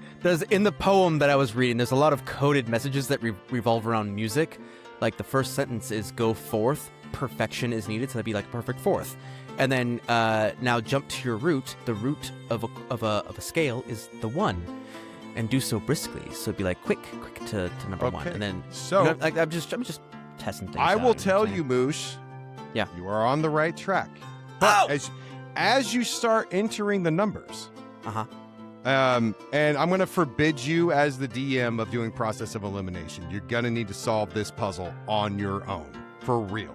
Okay. Okay. But I'm that's going fine. to tell you that as you enter, 4 and 1 make a satisfying sort of beep sound. But as you hit the second one, so 4, 1, and then that 1, the screen had 4 and 1, and then went blank.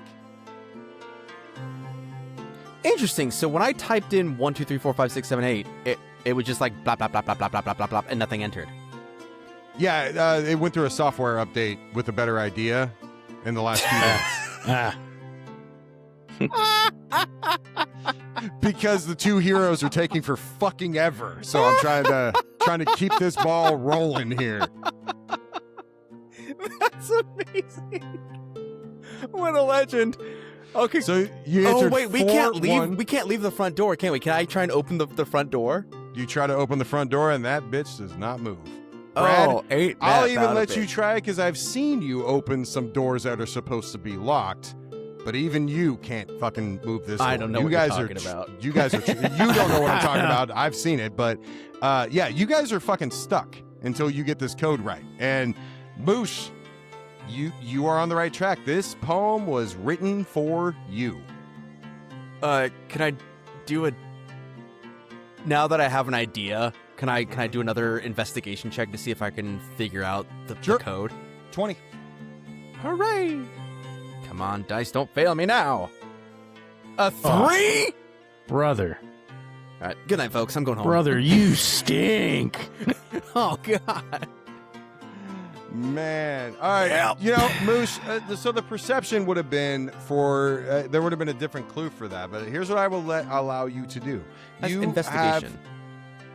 Yes, but I'll let you roll for intelligence. Oh. Technologia. Oh, net 20, baby. Shit. That just solves the puzzle All for us, right. right? Yeah, Sort yeah, of. It So- was just an. I just said, Moosh. hey, computer, play come, boys. So, Moosh, here's what you understand. You understand that a 4 and 5 are perfect. You understand that the root is a 1. You Yeah. understand that a second is a 2. You understand that unison is a 0. The reference to the pickaxe is a reference to a minor note or a minor position. You also understand that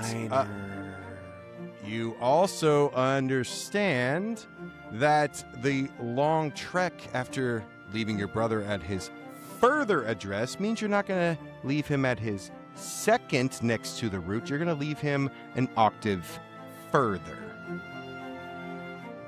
And I will repeat this information for you to make sure you get this right, because you did roll a 20, and that's a lot of information. So That was a lot of information. okay, so let's go through it together. So go forth. Perfection is needed quickly, meaning you are going to go to the 4th immediately. So you go to the 4th. Now, jump to your root, which would be what number? 0? The root? Oh, you said. Oh, you said unison is 0. Got it. 0. Root So what's is the 1. root? The Root is 1. 1. So now jump to the 1 and do so briskly, meaning going from the 4th back to the 1. And then you'll need just one brother to walk from unison. Uh-huh. So that is going to... That's why I got 1 again. No, one brother to walk from unison. So it's 4, 1, 0, unison, 2. Brother, second. Walk from unison. Then drop your pickaxe, because 2 is a minor, and return to the root again, which is going to give you what? I got 4, 1, 2, 3, 4. 4, 1, 0, 2. Oh, that's 4, 1, 0, 2. To the root, which is a... 4. Which, nope, not quite, because it says Walk further for perfection. 5. If by even just a step, your journey home will be a long trek, leaving your brother at a higher address. So 8? No. What do you mean no? How many? No. What is that? That's not an 8th. It's not the octave. You're going to the next second, which would be a 9? A 9th. And then you are returning home after you drop your brother off, which would be a what? 1. A 1. So you end up 4, 1, 0, 2, 1, 5, 9, 1. I had so much more faith in you. But you do enter that into the terminal. And as it says access granted, it comes back and in quotations it says, you know what music is? It's a reminder that there's more than just us in this universe. Hooray! Aliens. And you hear the door doesn't open, but you hear it unlatch. Hey, we don't have to go through the stink. Yay! We did it. Uh-huh. All right, so you're back out. Oh, wait, no. Now would be a time to add some songs onto that track list. Now, we're going to listen to those songs, but basically what you guys are going to do is you're going to write songs 2 and 3 on that track list. And what are they going to be? Oh. I mean, I kind of...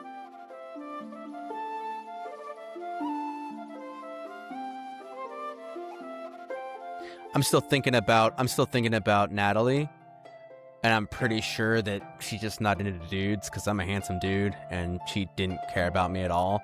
So You're not tall enough to ride that ride, dude. I'm not I can tall speak enough for to. Natalie. Tall enough? You're too actually, as short as you are, you're kind of too tall for that. Yeah. When this is over, one of the things I can't wait for is when we're done, I'm gonna walk you guys through everything that you fucking missed. Why? So, We could always just play it again. I'm having a good time. there's more to I got that covered too. I thought of fucking everything, so don't worry about it. So either of you the two song can that go I want to first. play, Go the ahead. song I want to play is "She Has a Girlfriend Now" because I'm just gonna assume that she's a lesbian. Stop. I told you guys, take it seriously. You're gonna hate this fucking. You're gonna hate how this ends. I'm gonna make sure of it. If you guys fuck this off. Okay. So think I was about being serious. nothing in this is by accident. I did every bit of it. Everything is a fucking hint. She has a girlfriend now. Brad, you got one? You have an idea? I want to play a punk song. Feel like everyone's following the man and kind of needs to rebel a little bit against their AI overlord who's controlling their intake and what they've decided they need. They need something to break the monotony. The blitz want to be sedated.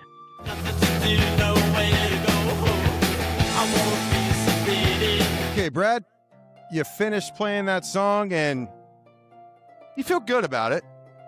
Mm-hmm. Like that fits. That fits the adventure that we're on. Moosh?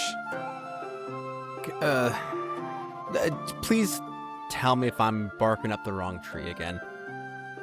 Can I attempt to play "Stars in the Sky" by Kid Cudi? You can play whatever you want. I don't like that answer.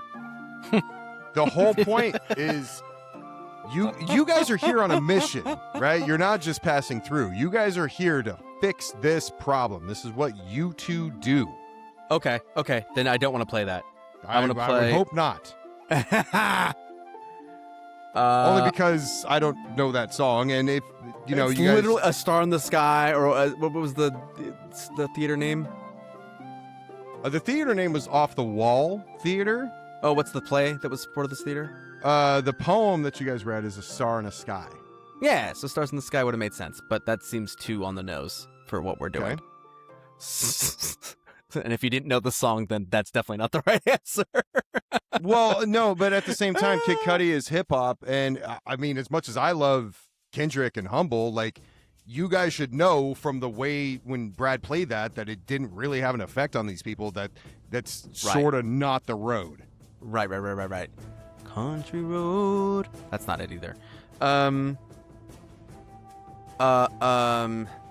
on. I'm thinking of this song.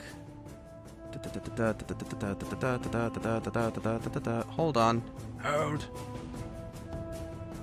All right. I got my song. Bring Me to Life, Evanescence.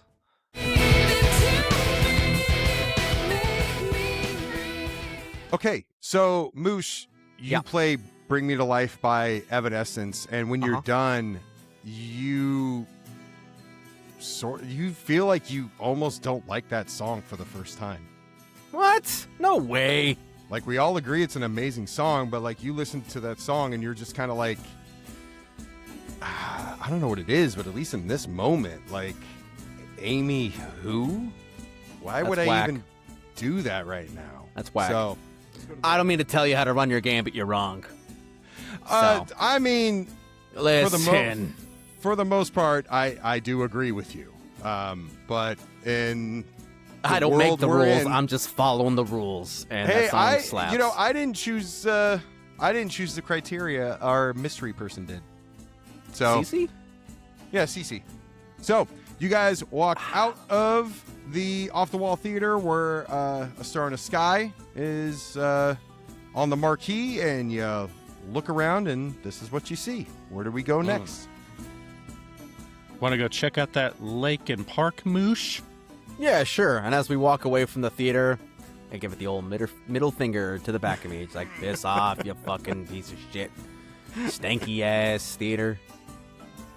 It was Broke a stinky-ass theater. No popcorn ass having theater. Didn't even smell like popcorn up in here. This is terrible. Yeah.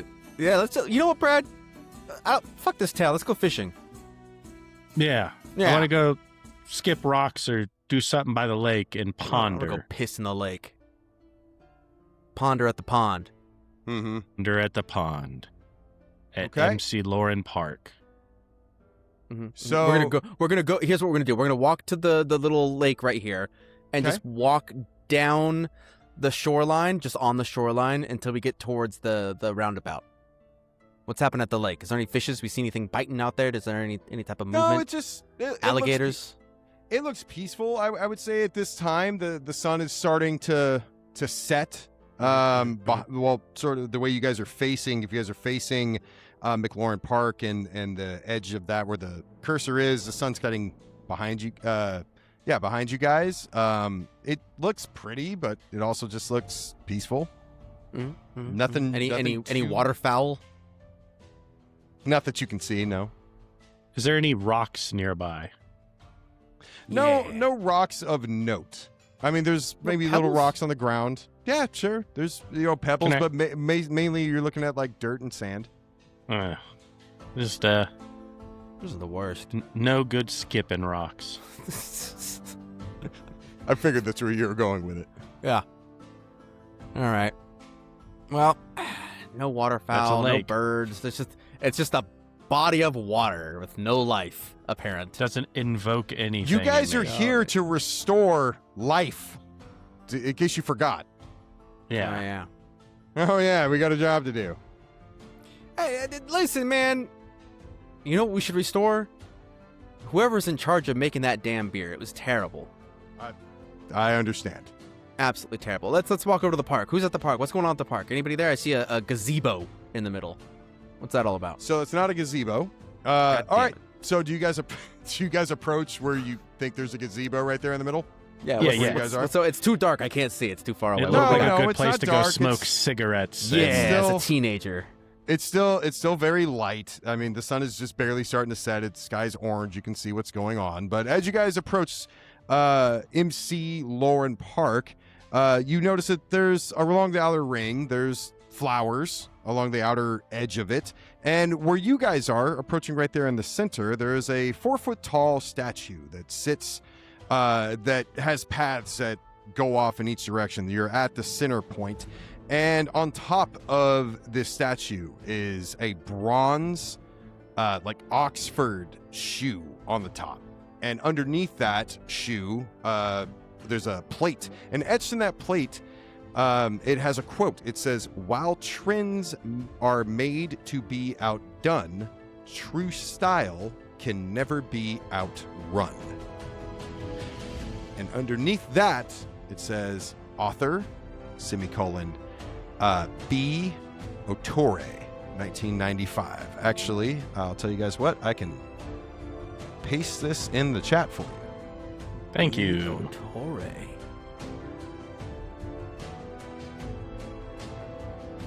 Can't be outrun, can't be undone. Rhyming ass motherfucker. I know, right? Didn't know we were going up against Dr. Seuss.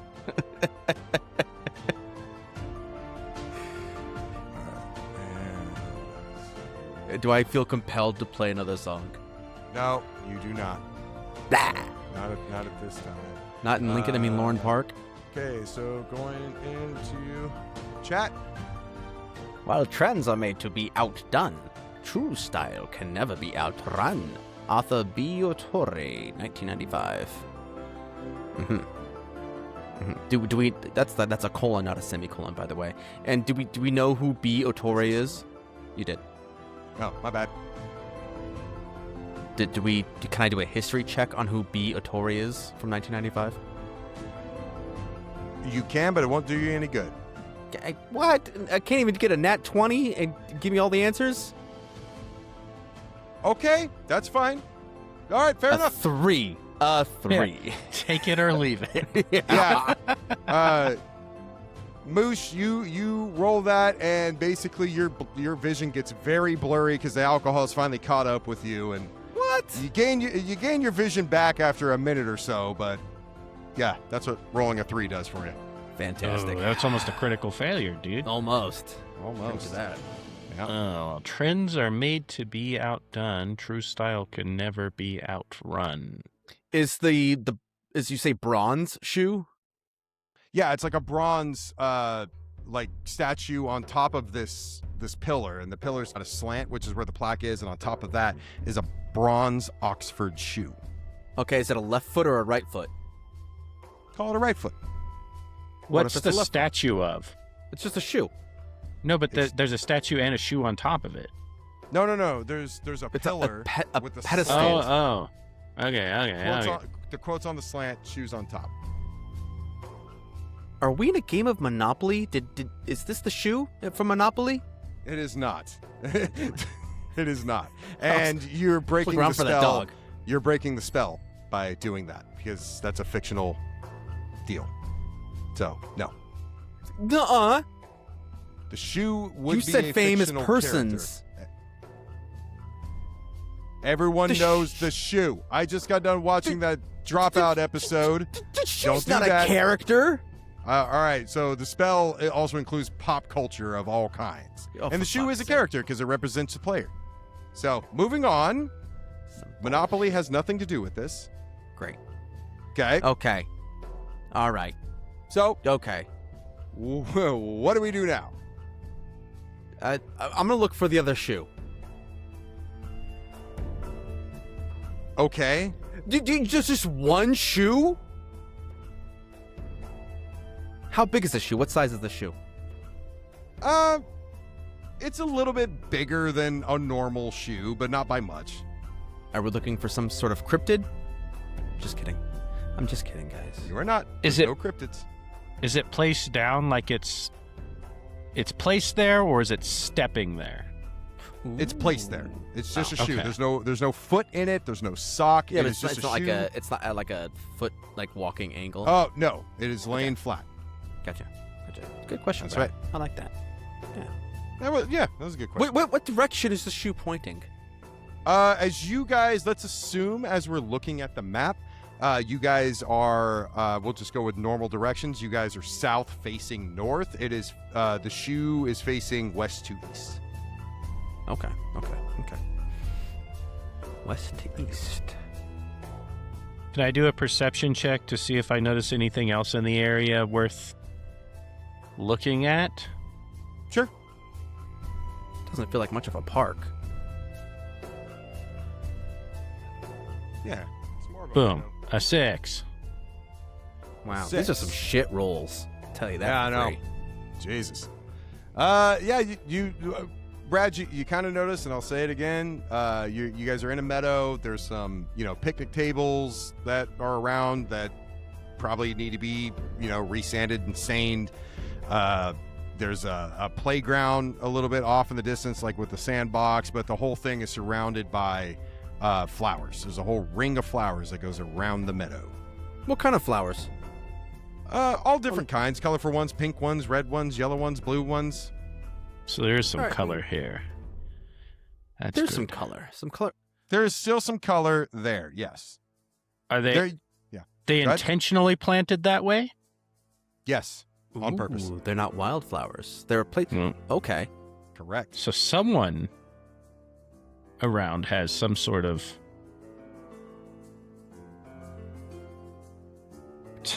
There's someone. Ooh. I bet it has to do with this Biotore fellow. Or Lauren. MC Lauren, maybe. Is MC Lauren a person that is alive? Ooh, history check. Yeah, roll the dice. Do it, Brad. Come on, big money. Gotta No get whammy. one. Gotta get something above a 10. God Jesus damn it. Christ. Dude, the statistical wonder that you haven't hit anything over a 10 is Dude. baffling. Oh man. Don't go gambling. So don't put it all on black. Okay, so a history check on MC Lauren is, you know that it's an important enough name To be put that in a park. somebody named a park after it. For her. Interesting. Are they a real MC? Shit. Did the flowers give off any kind of scent or anything like that? He didn't even tell us what kind of flowers they were. I would like to Assorted. investigate. I'm sorry. Us- I just want to be very clear. CC, move that to the very center of McLaurin Park. Move your cursor there.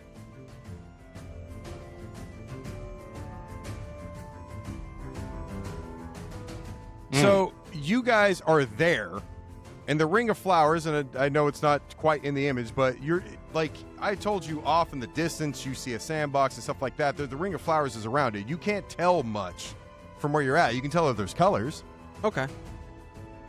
but Are you guys they haven't actually walked up to a flower. okay, are they all my favorite colors? Sure, why not?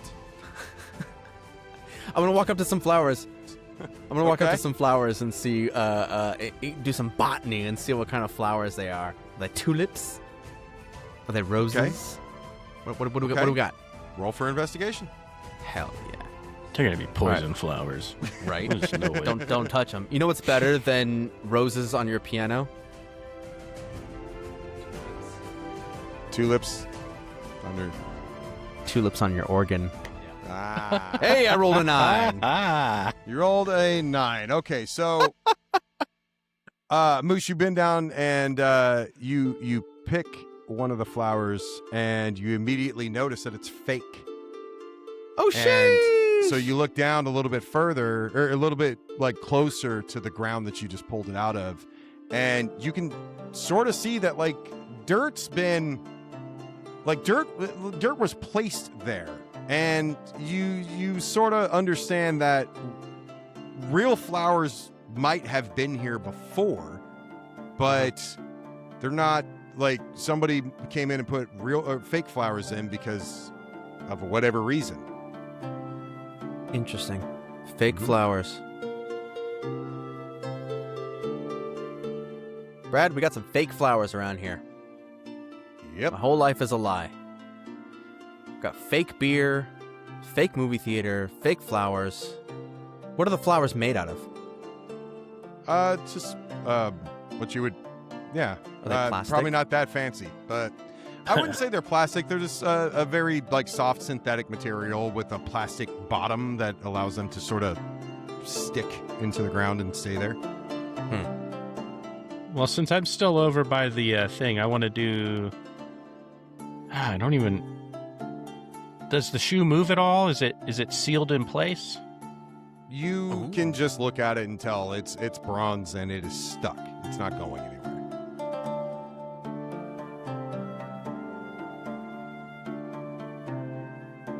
Like I feel like we're missing something. yeah. I feel like we've been greeted at the world of the plastic beach. Can I investigate the play area? Sure. Look for anything out of the normal. Was it just an unused, dirty playground set? Well, probably not dirty. It's probably just plain and unused. It probably is. Is that what we're going to go with? I don't know. I want to investigate, see if it's Okay, so roll got any use. D20 for investigation. Better Big get money, more no than whammy. fucking 5. Big money, no whammy. An 8? Hey, that's pretty good for me. That's sad. That is sad news that an 8 is the highest. So, Brad, you walk over to the park or to the playground, and what you can see is a lot of the normal stuff. You see a swing set, a jungle gym, and you can tell it's like the paint's been chipped away. It hasn't been well maintained. There's no real footprints in the sand anymore. But you do see that there seems to be a section that is a bit newer than the rest. Not that it's recent by any means. It just looks a little less worn than Like it wouldn't have been here when Christopher was a kid. It might have been. Maybe. You don't know. You recognize it, and this section includes a pirate ship. There's a pirate ship with a Jolly Roger, and it's got like a plank that goes out into the jungle gym. It kind of connects there, as if like the pirate ship like pulled up and connects to the older looking jungle gym. Again, the pirate ship also looks old. Okay. I'm gonna catch up to Brad. Okay. I'm gonna see him and I'll be like, okay, let's play pirates. I'm gonna twirl my mustache, and I'm gonna be like, all right, you're Blackbeard, even though your beard's not black, and we're gonna play pirates. Okay. I investigate the pirate ship. Okay, you investigate the pirate ship. Roll for investigation. What's a pirate's favorite letter? You 15! think it'd be R, but it's the C. It's a 15. 15. You talked over my joke. Sorry. I can mute myself in post. Don't worry about it. I mute you all the time. So don't Thanks, worry. buddy. I know. Appreciate that about you. Keep sliding for some reason. Let's go right there. Okay. So you rolled a 15. It's a very good roll. Hooray! And what you see is that. Give me 1 sec here. You guys are putting me on the spot, which I totally appreciate. Just give me a second. Let me confirm with the See, the joke that I had said is, what's a pirate's favorite letter? And it's R. And Brad said R, and I said, you think it'd be R, but it's the C. Pirates are on the sea. Yeah. R, the sea. That's the joke, friends, because it See, the expectation of the joke is that you would say R because pirates say R, but the joke is the realization that you're like, oh, it's the sea because pirates are on the ocean. See, explaining the joke definitely makes the joke 10 times funnier. Makes it funnier and easier to tell. And everyone's laughing right now, right? Yep. Okay, here we go. Hooray! Oh, I'm sorry. Were you saying this is complicated? No. When you guys, when we're done and I point all of this out to you, it will not be complicated. Okay, so Brad, you rolled a 15. I got to be very careful. I got to be very careful, Hope, because you rolled a 15 and you guys deserve a clue that I was not anticipating on giving you. Frankly, I wasn't anticipating on there being a fucking playground at this park. So, you guys... My clue's pointing this way. Yes, Got exactly. a raging clue. A raging clue. You're about to make Cece spit his beer everywhere. So, you guys are now on the ship. And as you're walking through, there's like a little like jungle gym thing within the ship as well. And as you go through there, you kind of walk into what look like the captain's quarters or whatever. And what you see is it's not working, but you see a clock that's about to strike 12 up on the wall. But that's not the only one. There's another clock on the wall behind you. And there's another clock on the wall to your left and right. And they're not in sync. They seem to be hung there. And they're all sort of the same style, but not the same design of clock. Are they like pendulums or are they battery operated? I I would say they're battery operated. Yeah, Okay. no All right, so pendulums. the batteries died. The batteries died. Nobody replaced them. Mm-hmm. So you're in a the captain's like quarters of this playground ship, and there are clocks that are not working. There is no ticking.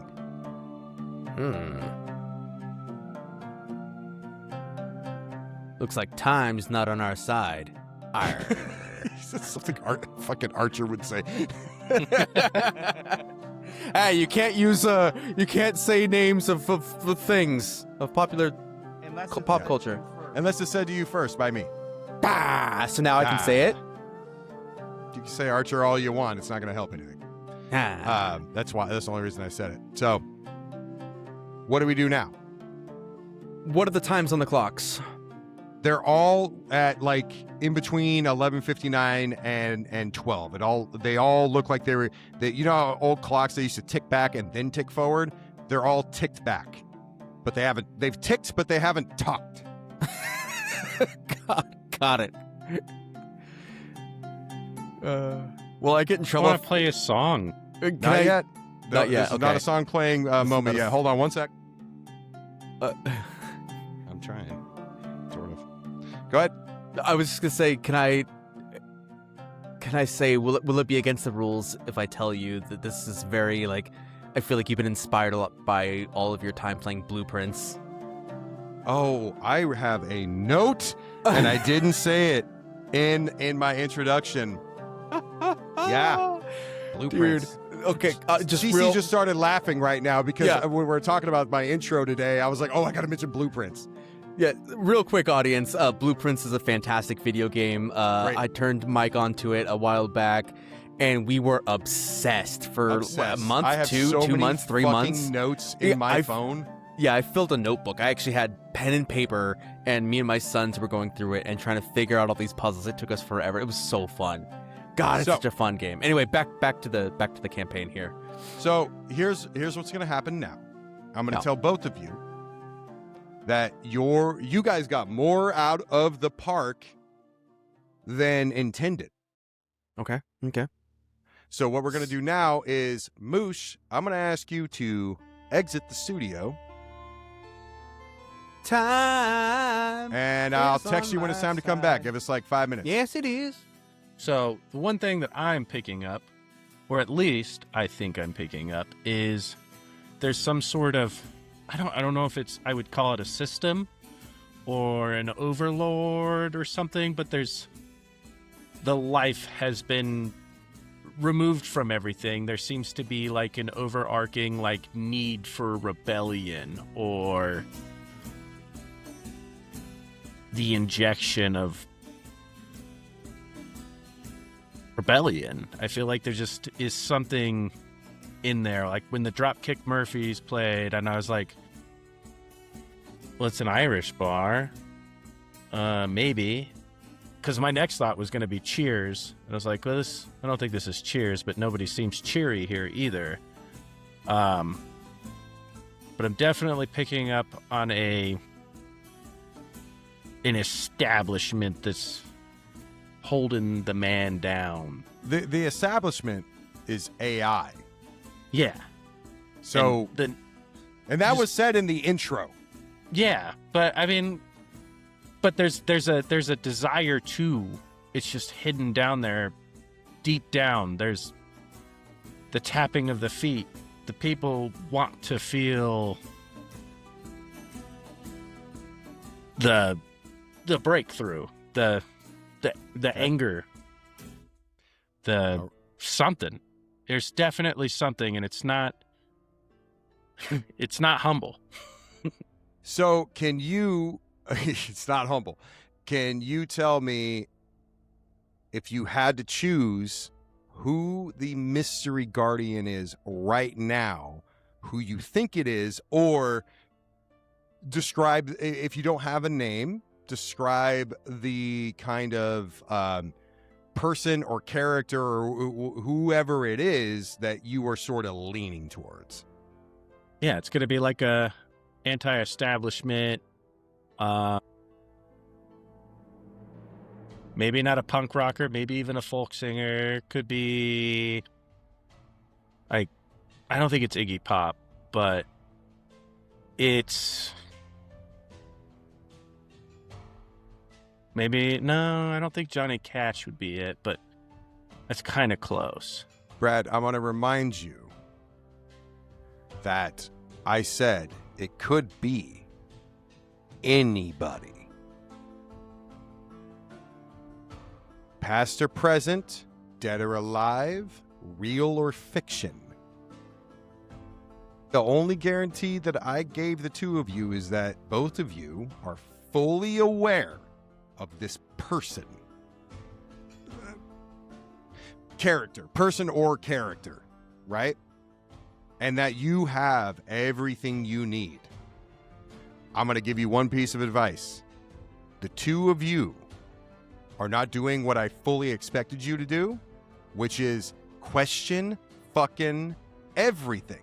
Everything you see and everything you guys have encountered, I put there. And I put it there for a fucking reason. That's it. So, and the art and everything, like, those are all placed meticulously. I don't know what you're talking about.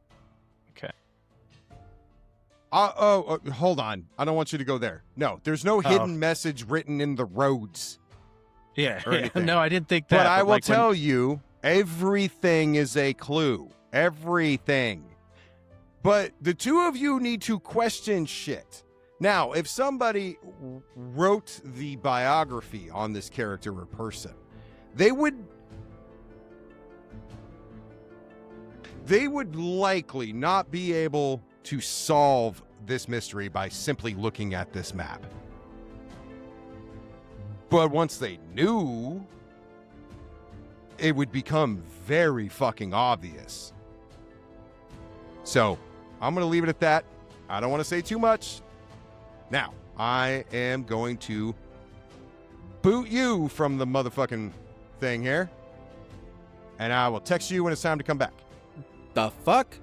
Okay, so granted, I didn't prep very well for this episode. When I thought it was going to be our 100th episode, I mean, it is, but when I thought it was going to be what I thought it was going to be, I had kind of made a list, did all this stuff, like I said at the beginning of the episode, and I just, when you said, nah, fuck all that, it's D&D, dude, I had to shit my pants. Like, I didn't have my shitting pants, and I was like, oh, god damn. I was so excited. And I am excited. I love this. This is very thrilling for me. I don't know what's happening in the story. I'm trying my best, and I feel like there's clues being laid out for me that I'm not catching up on. And that's a struggle for me.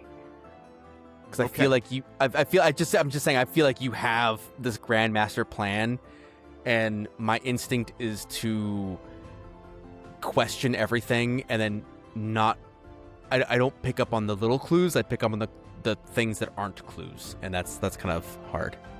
I gave Brad one piece of advice, and I'm going to give you a variation of that. Okay. So real quick, tell me who you think this mystery sleeper is, and if you don't have a name, like the kind of either character or person you are sort of leaning towards. I think the mystery sleeper is Mike Shinoda from Linkin Park. Here's a piece of advice that I gave Brad that I'm going to give you a variation of real quick. Uh-huh. You were talking about hints. You guys are not doing what I thought you would do. Of course not. Welcome to being a DM. No, that's not my point. My point is, it's almost as if you're not recognizing that I wrote all of this. And I even said up to this point, after I introduced like the world and the problem, that no clues have been dropped, but pay attention from here on out. Like, everything was written by me for a reason. Mm-hmm. So just it seems like you guys aren't keeping that in mind. And I'll tell you right now, there's still a chance for you guys to be successful. It's very low chance. The fucking window is closing, but there is a Right. chance. More like 1 in a million. It's Put it not all one- on black, baby. It's not 1 in a million. Just fucking think carefully, because it's going to be very depressing if you guys get this wrong. I would say 90% confident I know who it is. But that's also going to be the embarrassing part if I'm wrong. I have no idea, after everything we've gone through, who the Guardian is. For all I know, it could be CC. My intention for this episode is for the audience to play along. So it wouldn't be CC. Now open the sheet. Yeah. We're going to open the sheet and we reveal. Yep, I was right. How is that the answer?